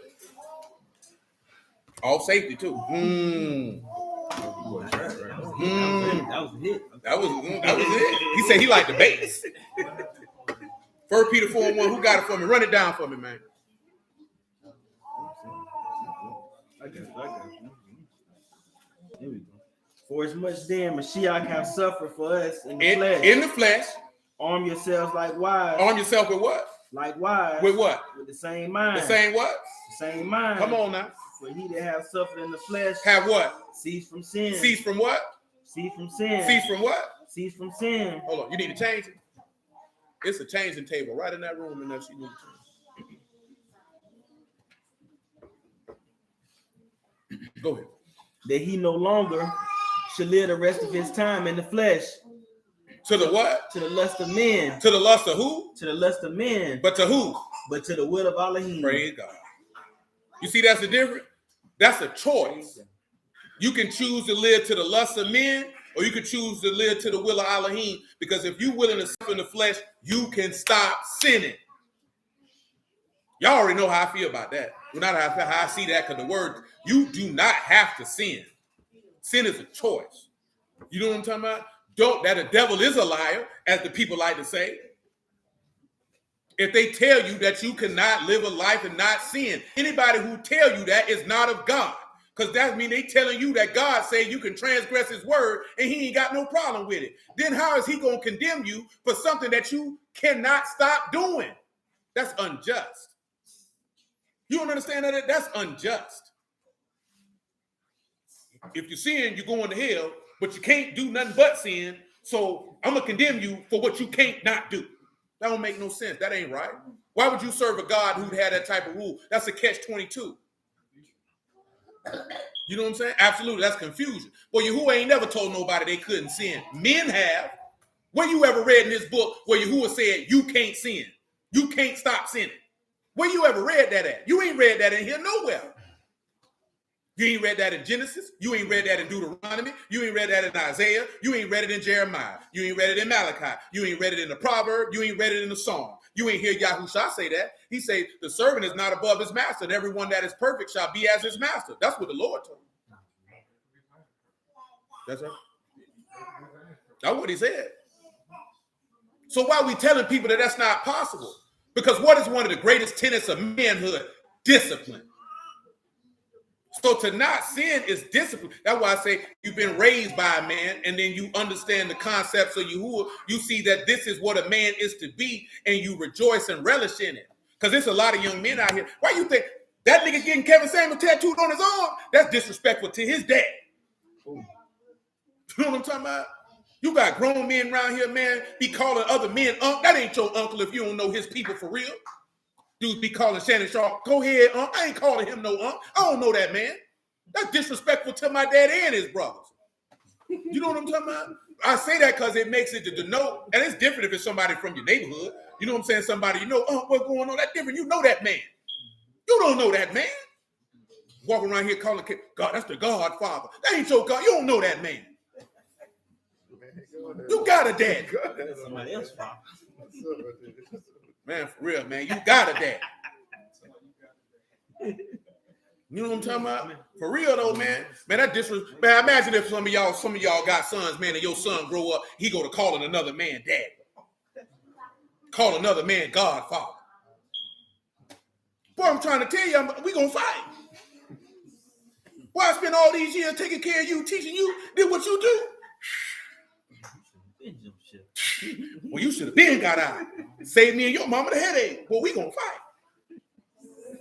Well, we gonna fight. Talking about that's your daddy. What? Mm-hmm. But all jokes aside, it's a lot of men wasn't raised by no man. They looking for a daddy. That's why you got a lot of confused young men out here, man. They ain't got no masculine guidance and leadership, and they yearning for it. You know what I'm saying? That's why a lot of them boys cried when Kevin Samuel died. They were upset. They ain't never seen a man a day before in their life. You don't know that man. You know why he turned his life around? Because he was saying stuff to women that they wish they could say, but they ain't had a heart because they too much of a coward. You know what I'm talking about? He told them women about like this here. That's what the women need. When you hear somebody talk like that, that's a man. He's an involuntary celibate. Or as they like to call, that's an incel. He can't get no women. You know what I'm talking about? It's not to say that anything the man said to some of them women was a lie or was incorrect, but I'm talking about the men who were so happy at him saying it. You can tell that boy don't get no women because they was happy. You know what I'm saying? Like, look at them getting what they supposed to get. Like, what's wrong with you, boy? You think about that girl that rejected you in the 12th grade, ain't you? You mad at that girl who wouldn't give you your number when you were riding the city bus. That's what it was. I'm for real, man. Because you know the difference is, brothers who ain't never had no negative interactions like that, they didn't seem to get excited about. Now, it was funny. You know what I'm saying? The nigga was funny now. But was it to the point, like, yeah, the women finally getting what they need? Shoot, you all right, man. You ain't got to. You know what I'm talking about? I'm for real, man. That junk be sad. He ain't the only one, though. It's others. Boy, them boys get excited. Boy, I mean, that little people, them boys get excited. That's what you buy. When you hear a nigga lead off with modern women, that's a nigga, he watch too much YouTube. He on the internet too much. Don't nobody in the real life walk around and say modern women. How many people y'all done ran across in real life that say, look at these modern women? Who talks like that? Nobody talks like that. You know what I'm talking about? That's dudes, I'm telling you, that's dudes who be on the internet, and then after they get off the internet, they stay on the internet, and they get on the hub, and then they violate themselves. You know what I'm talking about? Straight up and down. What they do, they violate themselves. They have a little self-love session. You know what I'm talking about? But y'all know what that is. Don't be doing that, because if you're around here touching on yourself, you know what that means, boy. You're homosexual. Because you like to have sex with men. You know what I'm talking about? Straight up and down. Man's touch. You like the man's touch. You got to round. But touch another man. Hard with the hands. From his own hand. Hard with his hands. Oh, man, that junk ain't funny, but it is, though. Come over here to Joel 34, man. No, I only say that because y'all know that, man. You know it's bruised that teach bruised. They can do that long as they go take a shower. Man, you got bruised teeth, all type of stuff, man. Had dudes raping themselves, then go bathe. It's okay. I took a shower afterwards. Well, you got a problem, man. A lot of brothers got problems out here, man. They need help that only the Lord can give. Well, we want to pick this up at verse 14, right? Of Job 34. Job 34. This is what we're going to conclude for the day. Give me a second. Let me make sure I need to be where I want to be at as far as his words are concerned. Y'all remember this from last night? Fix your clothes, baby. I keep losing my pace. I said 34. It's 33. I said 34 last night, too. You did. I got lost. It's all right. Mm-hmm. The same area. Same word. Same word. It's 33 and 13. And you know what the worst part is? You knew that and you didn't say nothing. No, you did. I ain't want to watch. Now you want to tell I ain't want you to stories. be right. I ain't want you to be right. You gonna catch yourself. It never happened. It's your fault. We blaming it on Mike. We blaming it on Pat. Anybody used to call him that? No, because I had a homeboy. That was his name. Name was Tut. I'm talking about literally like. Well, that wasn't his. It was a shortened version of his first name. But his name was Tut. No. That's not his last name. You definitely ain't related to him. I know this nigga person. You ain't related. Anybody, my girlfriend's anybody I come across, I'm related to. Well, his last name wasn't Tut. His first name. You know what I'm saying? And he was my homeboy cousin. I know you ain't related to him. That's why he was my homeboy. You know what I'm saying? 33 and 13. He said, why do you strive against him? For he give not account of any matters. Elohim speak once, twice, perceive it not, because that man is not there. That part is not there. So let's look at man don't perceive it. Let's look at perception. What is that? That is sure. Sean, U, and Raj. What does that mean? They don't observe, regard, or watch. So why does it say Elohim speak once, speak twice? What's the purpose of him saying that? Two witnesses. Everything got to be established by 2 or 3 witnesses. That's why he sent the apostles out 2 by 2. That's why John came first and Yahuah behind him. 2 witnesses. You know what I'm talking about? So Elohim spoke once. So in this regard, I want you to follow me. That speak once is John the Baptist. That speak twice is Yahuah, and nobody regarded. How do we know nobody regarded? Matthew 11 said, I piped unto you and you didn't do what? He said, I mourned unto you and you didn't do what? Lament. He said, but wisdom is justified of who? All her children. So I came with 2 witnesses and you didn't listen. Because who was the pipe that you didn't dance? It was John the Baptist. Remember, because that Matthew that I'm referring to, he was talking about John the Baptist. You know what I'm talking about?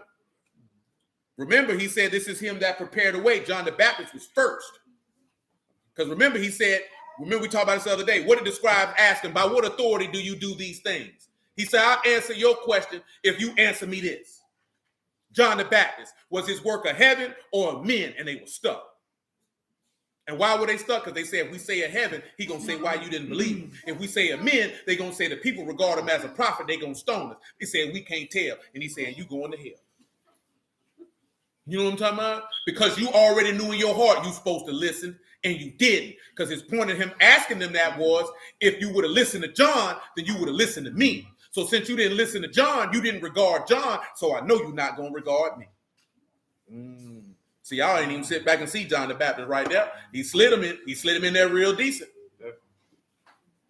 Let's look at verse 15. In a dream, in a vision of the night, when deep sleep fall upon men and slumberings upon the bed, look what he said. Then he opened the ears of men. He seals their instruction. So y'all know what instruction is, right? Musar, discipline, correction. So what do you think this regards to when he say he opens the ears of men? He sealed their instruction while they're slumbering upon the bed. Pause, because we need to go back to Isaiah 28, because there's something we need to discuss there about the bed. And if we don't do it, it'll be kind of backwards. 28 and 19. You know what I'm saying? Whip it. You know, we serve it wet. You know what I'm talking about? I take it straight out the pot. I don't even put it on a paper towel. I give it to you straight out the water, man, wet. You know what I'm saying? Good though when it dry down. You know what I'm saying? Sometimes it can be to dry down like a good fragrance. You know what I'm talking about? That's what my homeboy told me. I didn't tell somebody, he said, my boy, the fragrance of the day, that nigga gave me sandwich. I said, well, that nigga, that's stupid. That's what Fat Boy said. That before the nigga died, though. I said, well, that nigga, that's stupid. He said, from the time that it go forth, it shall take you. Now, this is dealing with the scourge, right? Now, because they weren't here, they may have not heard this here. So I want one of you brothers to clue this in here, right? When it says, right, whom shall he cause to understand knowledge, and whom shall he cause to understand doctrine? What does doctrine mean? What did doctrine define to in Hebrew? Who recalls? Oh, they done forgot already. They done forgot already. Somebody go ahead and look it up, man. Say it out loud. They done forgot already. Michael, you remember? Don't put your head down. Oh, that is Civic. He on point. Civic said good tidings. Let's see if Will can confirm the report. That's that basalt. That's what it say, right?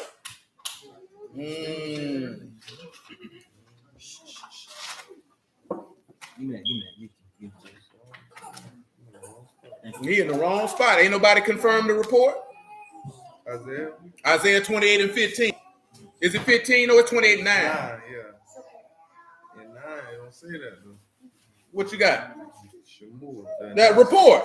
It's not basalt, but it's the same thing. Yeah. Announcement.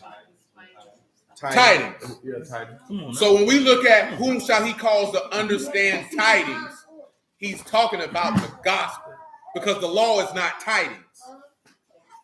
That's not tidings. The law is the law. You know what I'm saying? That's Torah. That's not the word that's used for tidings. You got Shemu, you got Basar. Those are words that are used for tidings. Sometimes Debar. You know what I'm talking about? So when you come back around here, right, come back down to Isaiah 28 and 19. Yeah, that root word is to make amazed, to wonder, to be astonished. To be astonished.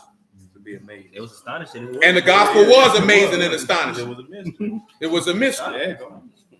All the things he did was amazing and astonishing. Who had ever seen a man raise the dead, open the eyes of the blind, heal the sick, cleanse the lepers, all at the same time? And then tell every man that destroyed his temple, and in 3 days, I'll build it again. That's an amazing deal. You know what I'm talking about? That's Palah right there. You remember? That's a wonder. So they say, from the time of going forth, it shall take you morning by morning, shall it pass over by day and night, and it shall be a vexation to understand the report. What do you have for report? Another word for tidings. That same word, Shuma. He said the people would be vexed to understand it. And this is going to tell into the fact of with those scribes, or object of terror, an object of trembling. What are we discussing right now? Fear Yahuah, serve Yahuah with fear and rejoice in trembling. Now, we haven't got to those passages, but some of y'all know Ezekiel 12 is referring to when he said, eat your bread with quaking. Because remember, he said he was exceedingly sorrowful even under what? Yeah. So you don't think that man was shaking and quaking when it was time for him to die and he was praying for that cup to pass? But he said he rejoiced with that trembling, because in the midst of that trembling, what did they go do? They went and sung a hymn. Why did they go sing a hymn? Because we already know. If your mind is stayed on Yahuah, it's because you trust in Yahuah, and in your weakest moments, he'll give you strength to overcome any matter. You can't have the strength if your mind ain't stayed on the man. Because if your mind ain't stayed on him, that means you don't trust him. You know what I'm talking about? When you trust him, your mind is on him. You wake up with him on your mind. You go to sleep with him on your mind. You move around with him on your mind.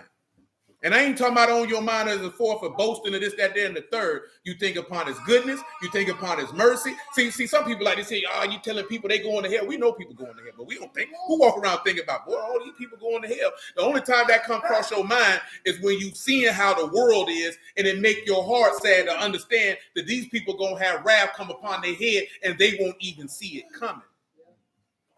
You know what I'm talking about? Because I done told you, it's been plenty of time I be looking around like, boy, these people living their life and they have no idea that if they don't get right, that they're not going to have a good day. That's saddening. That don't bring no rejoicing in nobody's heart. Oh, these people going, you got to check. Remember what Yahushua told his apostles? We ain't come to destroy men's lives. We come to save them. So why would we take rejoicing in destruction? He already told you the day of Yahuah is like a day a man ran from a lion and got met by a bear. Man put his hand on the wall, got bit by a snake. We don't look forward to that. You know what I'm talking about? That what I'm saying? That ain't no day to be looking forward to. That's a day of gloominess and darkness. A day of destruction. You know what I'm talking about? See, we look for better things. See, I'm telling you this here because this is how you know the spirit of somebody who got Yahuah in him and somebody who don't. Because somebody who do, hey, I'm looking for a new heaven and a new earth where dwell righteousness, peace, and life, and I can actually look my God in the face and live. We've had that conversation before. We can't even imagine what it would even be like to look Elohim in the face. You know what I'm saying? Do you long to look him in the face? Not to look him in the face and say, he's real. I'm talking about to look him in the face and know that you can serve him for eternity, that you will be able to rejoice, sing, and praise and honor him forever. Some people don't have that type of expectation.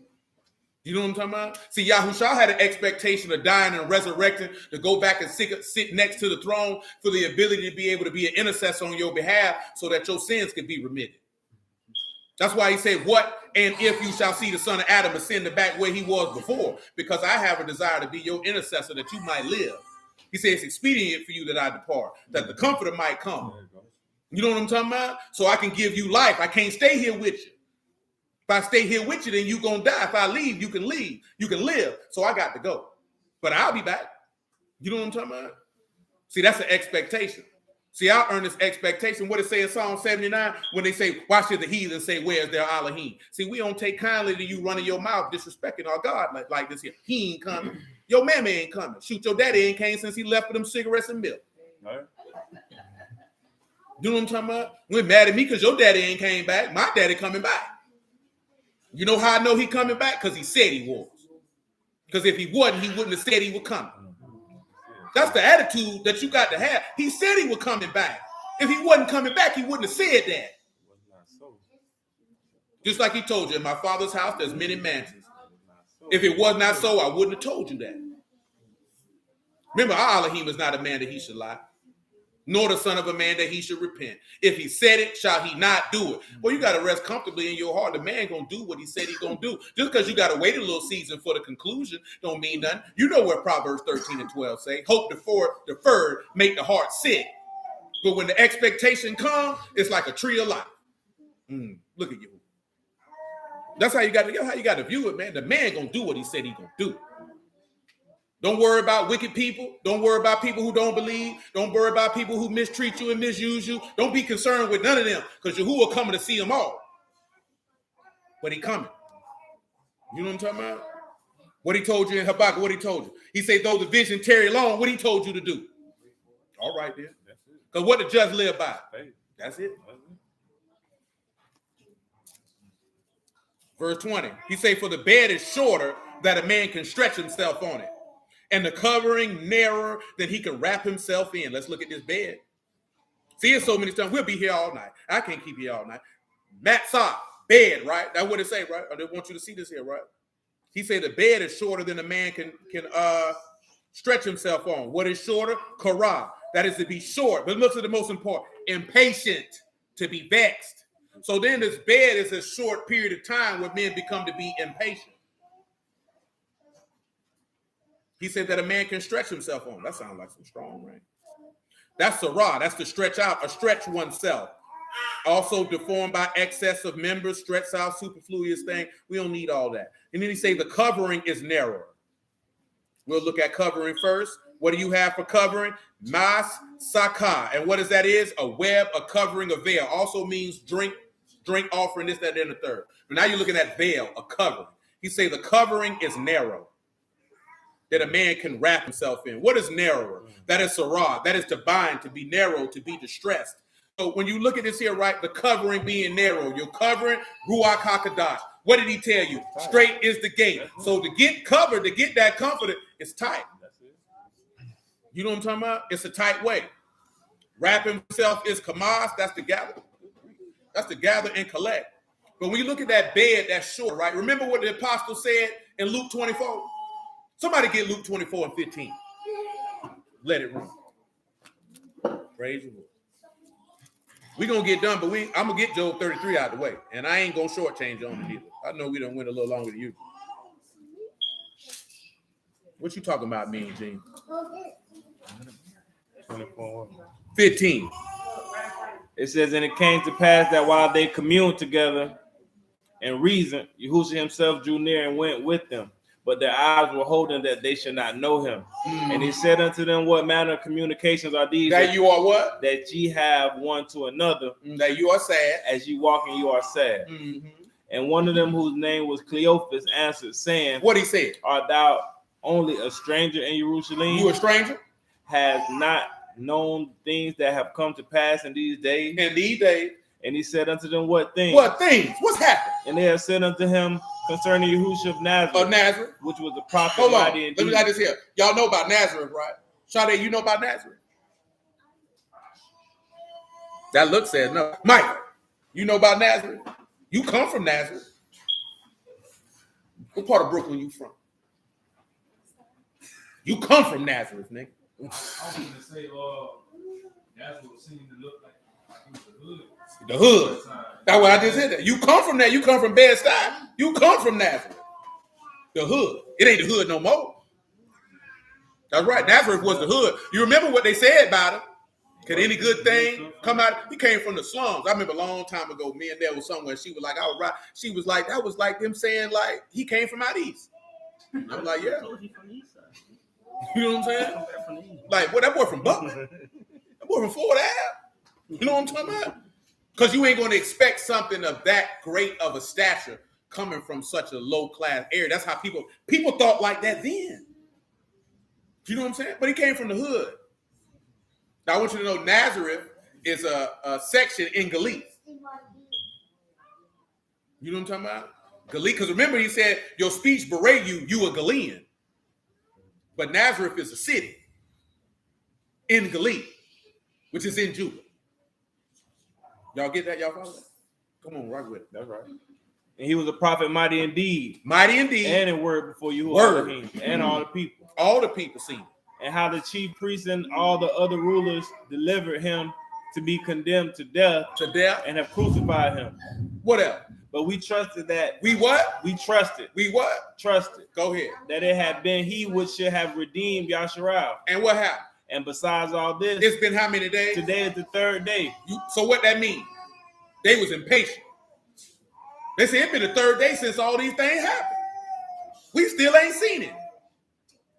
The people was already vexed to understand the report because he told them that he would resurrect from the dead to disannul their covenant with death.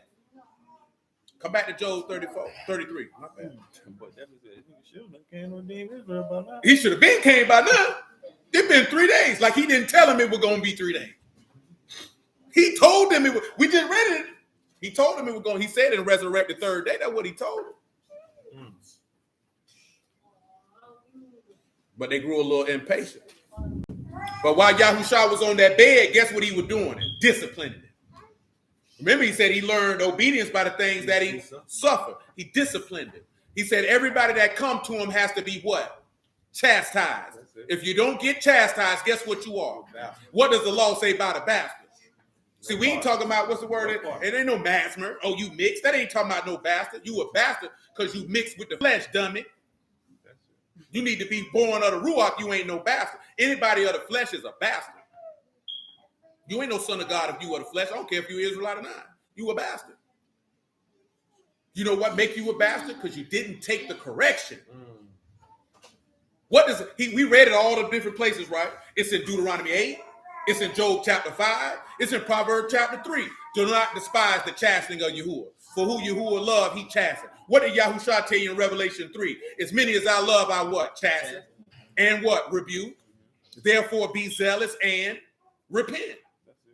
What father chastens his son not? He said, your fathers in the flesh chastised you for their own pleasure. And he did it for your own profit. He telling you Yahuah chastising you for your own benefit. We already talked about this here. This whole word is built on discipline and correction. The whole word is built on that. That's what the whole word, that's the backbone of the whole thing, is discipline and correction. That's what a father provides. That's why our people suffer so greatly, because we don't have that generally across the board in every house where fathers are disciplining the offspring. Therefore, the offspring run reckless. Like I told you last night, right? We ain't talking about the police ought to do X, Y, Z, but you can tell when a young man been raised by a man and he runs across people of authority, he interacts with them differently. He know he have to respect this man's authority. Not because he's scared of him, because he has respect for authority. I don't have to agree with why you stopped me. I ain't got to agree with why you talking to me. But I only respect you because you have a job to do. I have a respect for the job, not necessarily for you. You know what I'm talking about? See, you get that from a man. If you don't get it from a man, you learn it in two other places, the penitentiary or the military. They'll teach it to you real quick in that. You know what I'm talking about? To have some discipline and respect for authority, they teach it to you real quick. That's the hallmark of a man. Why do you think our brothers be so quick to kill each other and go off on each other? You don't have respect for masculinity. So you don't have respect for yourself, so you're not going to have respect for somebody who look like you. You don't see Yahuah when you see your brother. You see a nigga. That's why you get upset. You get angry. You want to kill him. You see your daddy. I done told you this before. Most brothers look at another man and see their daddy, and they take the anger, the hurt, and the resentment that they have from their father out on a man who look like them, because they can't take it out on their daddy. I'm going to take it out on you. You know what I'm talking about? A lot of times when you see brothers be real violent with women, it's resentment and anger that they had towards their mother, and they couldn't take it out on their mama, so they take it out on that woman. You know what I'm saying? That's why dudes need to have conversations. You need a therapist, go get one. You know what I'm talking about? You need to get that junk off your chest. It's not beneficial in your life. You hurting people who didn't do it to you. And in turn, you digging a hole for your soul. And it ain't a hole that you ain't going to be able to get out of. But see, we don't like to have them conversations, because then you got to look at yourself and say, do I have issues? Do I have problems? Do I have resentment and anger towards whoever? Have I been walking around for 10 years, 20 years, 30 years with all this pent up resentment and anger towards my family or friends or spouse or kids or whatever the case may be, and then in the right situation it explodes, and then I take this out on people who had never done me any harm? Why am I walking around here not trusting people? Why is it hard for me to love anybody? Why do I have these problems? We don't want to have that conversation, because we like to be injured. You take pride in your victimhood because it allows you to remain in the same place. You never have to change because everybody else is in the same place, and we can all be sad and victims together. I refuse. You know what I'm saying? I refuse. We're going to say, no, we're not going to live like this anymore. You know what I'm saying? Because look at all these babies in here, man.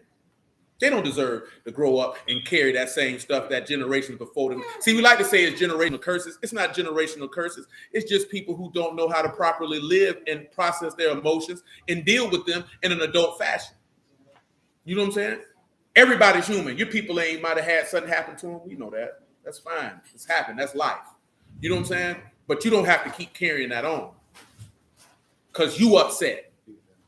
My daddy wasn't there. Now you mad with the world. The world didn't do that to you. Your daddy did. Or my mama didn't do this for me, so you mad at the world. Your mama did that to you. You need to work that out with her. Why I got to deal with that? Why my kids got to deal with that? You know what I'm talking about? So we have to take that into account when we're raising ours, that they don't need to carry that. And if you know you carrying stuff, you need to get rid of it. You need to be man and woman enough to say, I know I got some things I need to handle. Let me go handle that. Because I got to do it. If I ain't going to do it for me, I at least need to do it for the babies. Come on, man. Bird. Bird. I seen you over there, Bird. You thought I ain't seen you, but I seen you. We in verse 17. That he may withdraw man from his purpose and hide pride from man. When he say withdraw man from his purpose, that's massa. That's doing his own work. Doing his own work. And that he can hide pride from you. That's why he disciplines you. You know what I'm saying? Because what did it say in Hebrews 4, right? He said that a man might cease from his own work like Elohim did from his. When our biggest problem is we want to do what we want to do and slap Yahuah's name on it. No, that's not Yahuah's work. That's your work. Come on now. He said he keep back his soul from the pit and his life from perishing by the sword. He is chastened also with pain upon his bed, and the multitude of his bones with strong. Pain's not there, so it's just strong. When you got strong, you got etan, and that is constant, perennial, everlasting, permanent, enduring pain. How do you see Yahushua having enduring pain? Don't overthink it, because it's really simple. How does he have enduring pain? Now, when he say he chastened with pain upon his bed, that first pain is makob, and that is literal pain or sorrow. So what did he chasten him with? Chasten here is yakah, and that is to prove, to decide, to rebuke, to convince, to convince, or to be chastened. So he chastened him with pain. One of the first things should have came to your mind was Isaiah 53. That he was acquainted with sorrows. He took on our pain. That's where you get he chastened it with pain, because he took this man and he impaled him. How does he have enduring pain? Because when he resurrected from the dead, he say, touch, handle me, see my hands, see my feet. Told Thomas, put his hands where? In my side. Why is that enduring pain? Y'all know what Isaiah 49 say. He say, I remember, he say, can a mother forget her suckling child? He say, you engraved on the palms of my hands. Remember what Zechariah said? What are those wounds in your hands? He said, these are the hands that I received in the house of my friend. That's an enduring pain. Because he got to sit back and see that.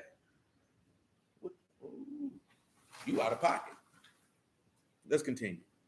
Verse 20. So that his life abhor bread and his soul dainty meat. How does that his life abhor bread? Because when they kind of bring him to what? That vinegar, he ain't want it. Let's continue. His flesh is consumed away, it cannot be seen, that his bones that were seen stick out. Yea, his soul draw near unto the grave, and his life to the destroyers. If there be a messenger with him, an interpreter, one among 1,000 to show unto man his uprightness, then he is gracious unto him and say, deliver him from going down into the pit. I have found a what? What is ransom? Y'all know the word. Kofer. What does that mean? Price of a life. Ransom. Now, when you see price of a life, what does that take us back to in the law? And you would be correct. The kinsman redeemer. Remember Jubilee? If your brother sold himself into slavery, into bondage, then somebody had to come and pay for him. See, Yahushua was your Jubilee. He was the price of a life. He found a ransom for you. Because guess what? You had to go to the pit. So let me go ahead and bring a ransom to disannul your covenant with death. And why do I need to disannul it? Because your scornful rulers made an agreement with death for you. And why did they make it? Because they didn't have a desire for life. They didn't want life. They didn't desire life. Let me tell you something, man. I've been doing this for a good little bit. Not as long as some. You know what I'm talking about? And shorter than others. And longer than some. And longer than others. Most of these people who teach this word ain't trying to get in this man's kingdom, and they don't want you to get in that neither. That's why your ears need to be discerned, and you need to know the word, because you can hear the word from whoever you want to hear it from. That's your business. I ain't got nothing to do with that. But you need to make sure that they know what they're talking about. You need to make sure that what they're giving you going to save your life. You can't get caught up on that's the Israelite. He black. When women say your mama black, you can't get caught up on that. That's what the women like to say on the internet. When they be like, he talking about it when your mama black. I just seen a lady had a meme, and they were like, why do most men from single mothers don't want to be with a woman who got kids? And somebody had to tell this woman because maybe they grew up in a dysfunctional situation. They didn't want to recreate it. Nobody in the comments understood that point for some reason. That'd just be like if my daddy sold drugs and he went to prison, I ain't gonna say I don't want to sell drugs. I don't want to repeat that process. You know what I'm talking about? So if we know that we were redeemed not from the corruptible conduct of our forefathers with silver and gold, but the precious blood of the Lamb, why would I want to go back and recreate a dysfunctional situation that I already seen doesn't work? I've already seen that sin don't profit, that unbelief don't profit. So why would I replicate it? Just to be a part of the group? We have to get past wanting to be. You want to be a part of Yahuah. What good is it to be a part of the group and go to hell with the group? That doesn't make sense. You have to sit back and ask yourself, why did you start following the Lamb? And if the first thing that don't come to your mind is everlasting life, you need to sit back and reassess your life. Because if everlasting life wasn't the number one reason why you were doing it, you picked up the word for the wrong reason. You should have picked it up to save yourself. You shouldn't have picked it up because that's what your friends were doing. Maybe that's what it was because some of y'all were young when you picked it up. But it should have evolved over time. It shouldn't be because you were trying to get a man. It shouldn't be because you were trying to get with a woman. It shouldn't have been because that's what your friends were doing. It shouldn't have been because that seemed like that's the cool thing that everybody on the internet doing. It should have been for one thing and one thing only, and that's everlasting life. That's it. Not because you found out you were Israelite. No, absolutely not. It should have been everlasting life. I done told you, boy. That word came for me. I said, boy, I'm going to hell. Boy, I got to change my life. That's the first thing came to my mind, boy. Boy, I got to change my life, boy. This book is dead real. This is 100, the real deal. And I'm out of pocket. And I need to change my life. Because I want to live. I don't want to die. You know what I'm talking about? Simple as that. I don't want to die. I don't want no parts of that. This before I even know how he described what it was going to be like. It just instantly. Boy, you going to hell, boy. That's the first thought came to my mind. Boy, you going to hell, boy. No, actually, the first thought was, this book is true, and you going to hell. You know what I'm saying? You need to change your life. That's it. You know what I'm talking about? Everything else, I ain't care about none of that stuff. Let me learn this and let me learn that. How can I avoid the punishment of Elohim?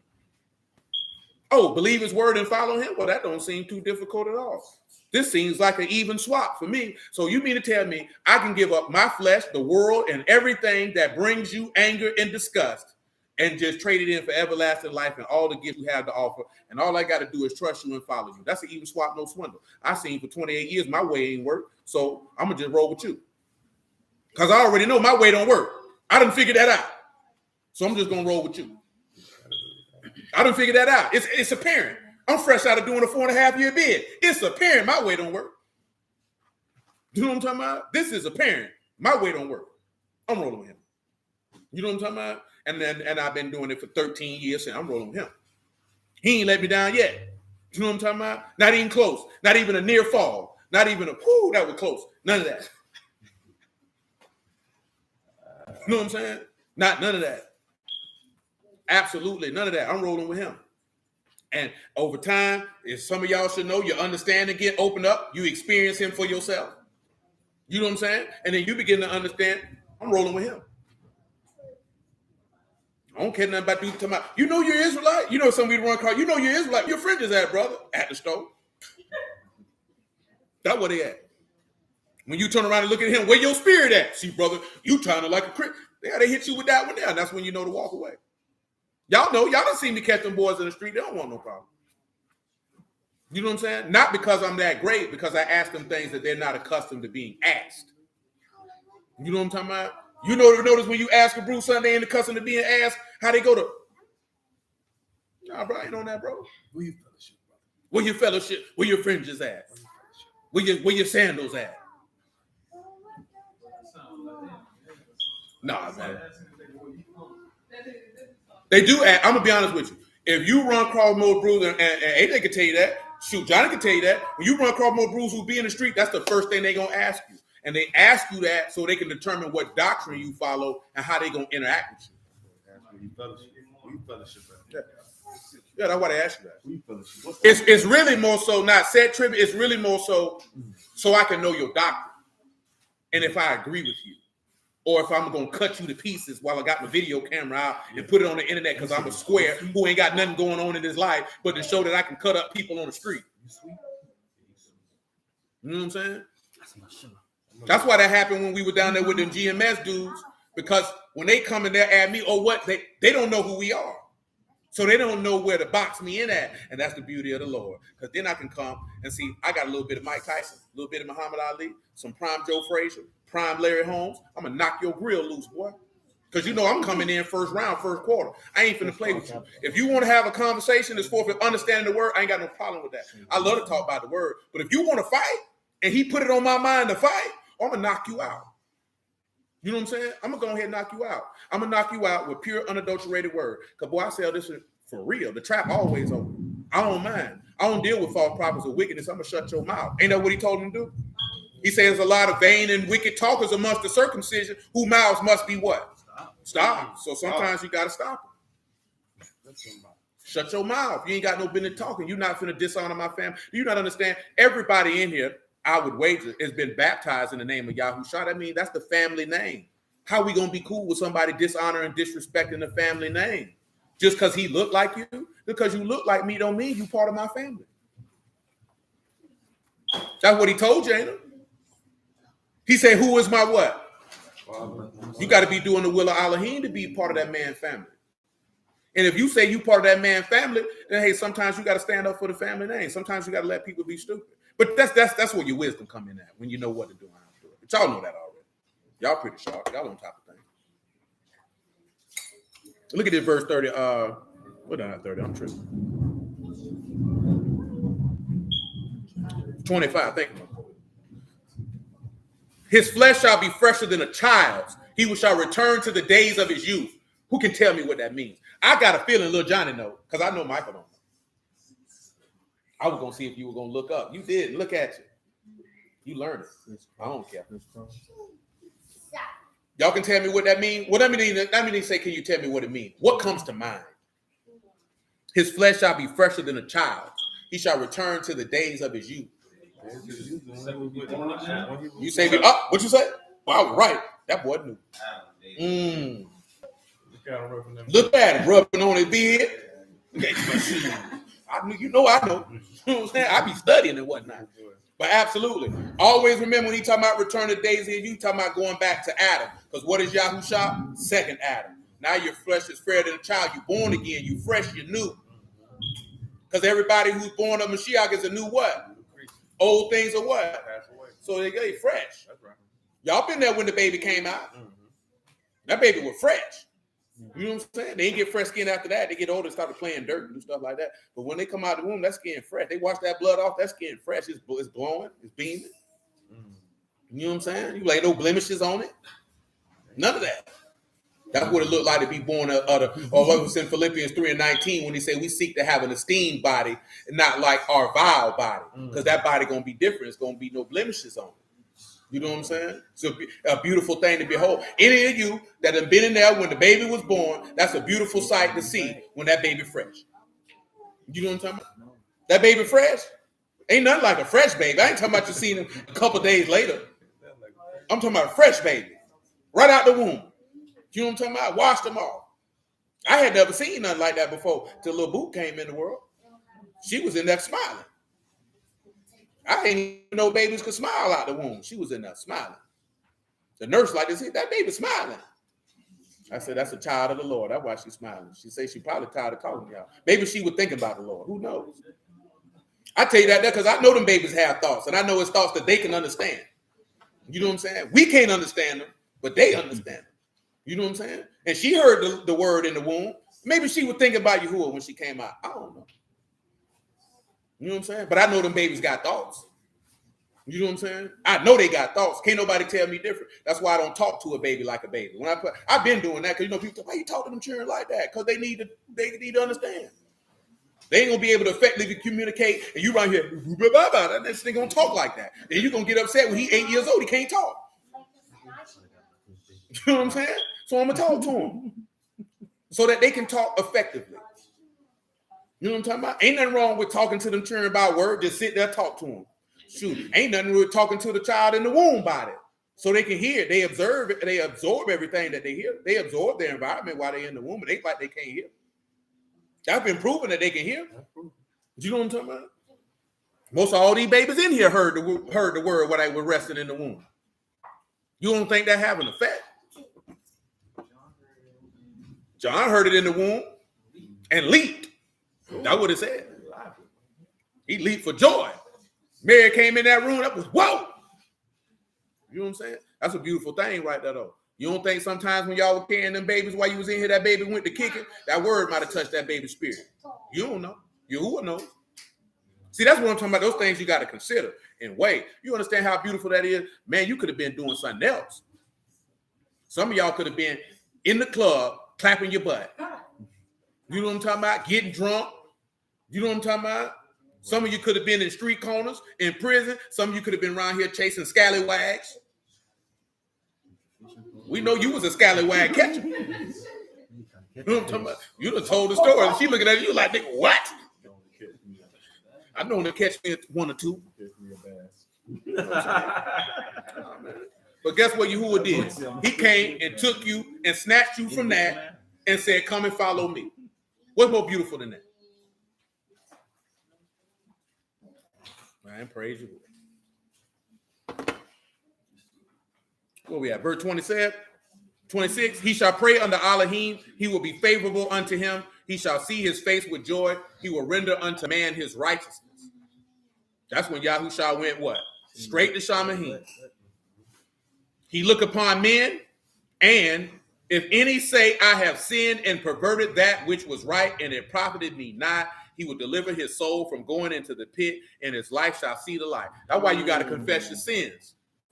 So when you get immersed, that's part of the reason why you confess your sins, because you saying, I've sinned, I did that with a perverted. Let's get that right. Perverted. Let's get perverted for you, because he definitely said perverted. Perverted is avah, which is to twist and to distort, to commit iniquity, to do wrong. That man say he turn around and do that. He say he'll deliver your soul from the grave, and you'll see the light. And who is the light? Yahushua say, I'm the light of the world. And when you see the light, you walk in the light, because if you're not in the light, then you in darkness. You don't know where you're going. And when you come to the light, you show that your works are work with Elohim. That's what the Lord said. All right.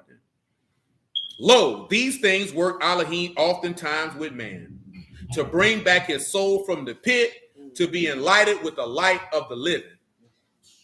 So all of these things, this chastisement that Yahushua went through, because remember what it said in Hebrews 12. Let me go ahead and end the Hebrews 12. Just for the line that's in it. Y'all remember when we went through this Hebrews 12? It's probably been about 4 or 5 years now. 12 and 1. Remember that? The author and the finisher of your faith. You remember when we dealt with that? Y'all remember that? Wherefore, seeing also we are compassed about with so great a cloud of witnesses, let us lay aside every weight and the sin which do so easily beset, and let us run with patience the race that is set before us. That's something you got to remember. That sin and that weight, that's what I was talking about before. The resist, all that stuff, man, you got to set that stuff to the side. It ain't going to allow you to run the race. Look unto Yahushua, the author and finisher of faith, who for the joy that was set before him endured the stake, despising the shame, and is set down at the right hand of the throne of Elohim. For consider him that endured such a contradiction of sinners against himself, lest you be wearied and faint in your mind. See, this is where we're going to conclude at, right? We just read how he talked about how he chastised the man, right? And he took on this chastisement in a contradiction against himself. That man died against himself. He was not a sinner. He was not a worker of iniquity. He was not a transgressor. He telling you, consider this man who contradicted himself, lest you ready to fall out by what you dealing with. See, that's one thing we don't look at is we don't consider the suffering that he suffered. You know what I'm talking about? Because then when you consider the suffering that he suffered that so that you could be delivered from the grave. See, we don't consider all these things. You know what I'm talking about? Like, we like to talk about him, but do you consider what he did and why he did it and how it benefited you? Because there was no benefit to him. Him manifested in the flesh and laying his life down did not benefit him. Because all he got back was what was already his. Rule and dominion was already his. A throne in Shamahim was already his. Everlasting life was already his. He got no benefit from that. That's why he said, I did not come to be served, but to serve and to make my life a ransom, because I don't get anything from what I'm doing. You were already supposed to give me honor, adulation, and worship. So you're not giving me anything. That's already mine. So there's no benefit. The benefit is, that's what I meant beforehand on a lot of brothers in this day and time don't like to look at it, but we done had a conversation before. A man's supposed to make a woman's life easier. That's the purpose of a father giving his daughter to a man. Because I made her life easier. Now she's an adult. I'm not going to give her to a man who's going to make her life harder. You know what I'm saying? If you are making a woman's life harder, that means you are not fit to be a husband. You ought to consider your ways. If you say you are the word, you understand? Hold on. Yeah, I've heard people say that, Sean. You know what I'm saying? I didn't want you to think about that because I'm talking about the part of, if you want to know what somebody faith at, all you got to do is talk about Matthew chapter 6. The man literally said, do what? Take no thought for your life. He said, which of you having one thought can add 1 cubit to your stature? When you hear people say, well, you know, ain't no. That man gonna do what he said he gonna do. He gonna provide what he said he gonna provide. Could be more, could be less. Never know, but you gonna have what you need. Yahuah is faithful. And just because you have a time of lack don't mean you were evil. Don't mean you did anything evil. It could just be a testing of your faith if you're gonna hold on. See, we don't like to look at stuff like, now I ain't gonna twist it. If you be like, what sin have I committed? Because that's what Obadiah said, didn't it? When he said he wanted him to go get the king, he was like, man, you calling my sin to my remembrance. That's how those people thought. They thought if something negative happened to me, I'm talking about that person. I ain't talking about outside people like Job's friends did. They think, okay, maybe he calling something to pack. Because remember, he don't clear the guilty. If you did something, he gonna come see you. Now, however he come see you, that's his choice. You know what I'm talking about? It doesn't necessarily mean death. But just understand the benefit of life that you were given. Yahuah doesn't benefit from your worship. You should have already been doing it. He doesn't benefit from your service. You should have already been doing it. All the benefits go to you. So knowing that all the benefits go to you, shouldn't it be a light thing for you to serve him with joy and to delight and do all the things that he requires, considering what you're getting in return? It's a greater benefit. He's giving you protection and provision, direction, guidance, and instruction, discipline and chastening. These are things that you can't provide for yourself. That's it. You know what I'm talking about? Didn't Jacob ask for bread, for water, and a garment? Ain't that what he asked for? And guess what he gave you? A ruach, a living word, and everlasting waters. He gave you everything you need. You know what I'm talking about? You don't need no other husband. Allah can't give you that. Buddha can't give you that. Tammuz can't give you that. Horus can't give you that. I don't care what God under heaven that men call God can't give you what Yahuah give you. So why would you follow behind a man who can't provide for you like your husband? Ain't that what it said in Hosea? I'm going to go back to my first husband. It was better for me then. You ain't had no business leaving. You wanted to see if it was a better option out there. You already got, if you with Yahuah, you already got the best. You ain't got to go looking. Ain't nowhere you need to go. You were blessed that the greatest decided to call you and say, I want you to be my wife. You know what I'm saying? I want you to be my wife. Well, there's conditions on being his wife. You know what I'm talking about? But he a good husband. He gonna give you what he said he gonna give you if you do the things that please him. But hallelujah for Yahushua the word. I appreciate y'all time this evening. Bless y'all the house of Elohim in the name of Yahushua. Okay, Yahuah winner. Oh, that's next week. We got Pentecost next week. That's it. Sunday at 1:30. We got to get the locations locked down, but Sunday at 1:30 though. Y'all know what it is. Don't call me asking me talking about if we haven't service Saturday night, because we ain't. We ain't. We never have. And if Yahuah does, then maybe we will. But as of right now, that's a no. So we still got regular Wednesday, regular Friday, regular Saturday, but Sunday it'll be 1:30. Yes, ma'am. I have an announcement for all the women. Y'all can meet in the bedroom before y'all leave. Please. What you doing in my baby room? Y'all trying to sell drugs in my baby room? Y'all finna have a fight in my baby room? I don't know. They say you like to fight. That's what I'm saying.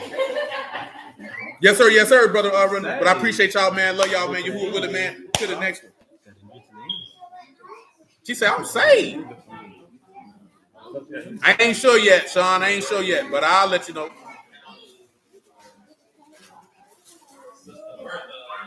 Probably end up. Ooh.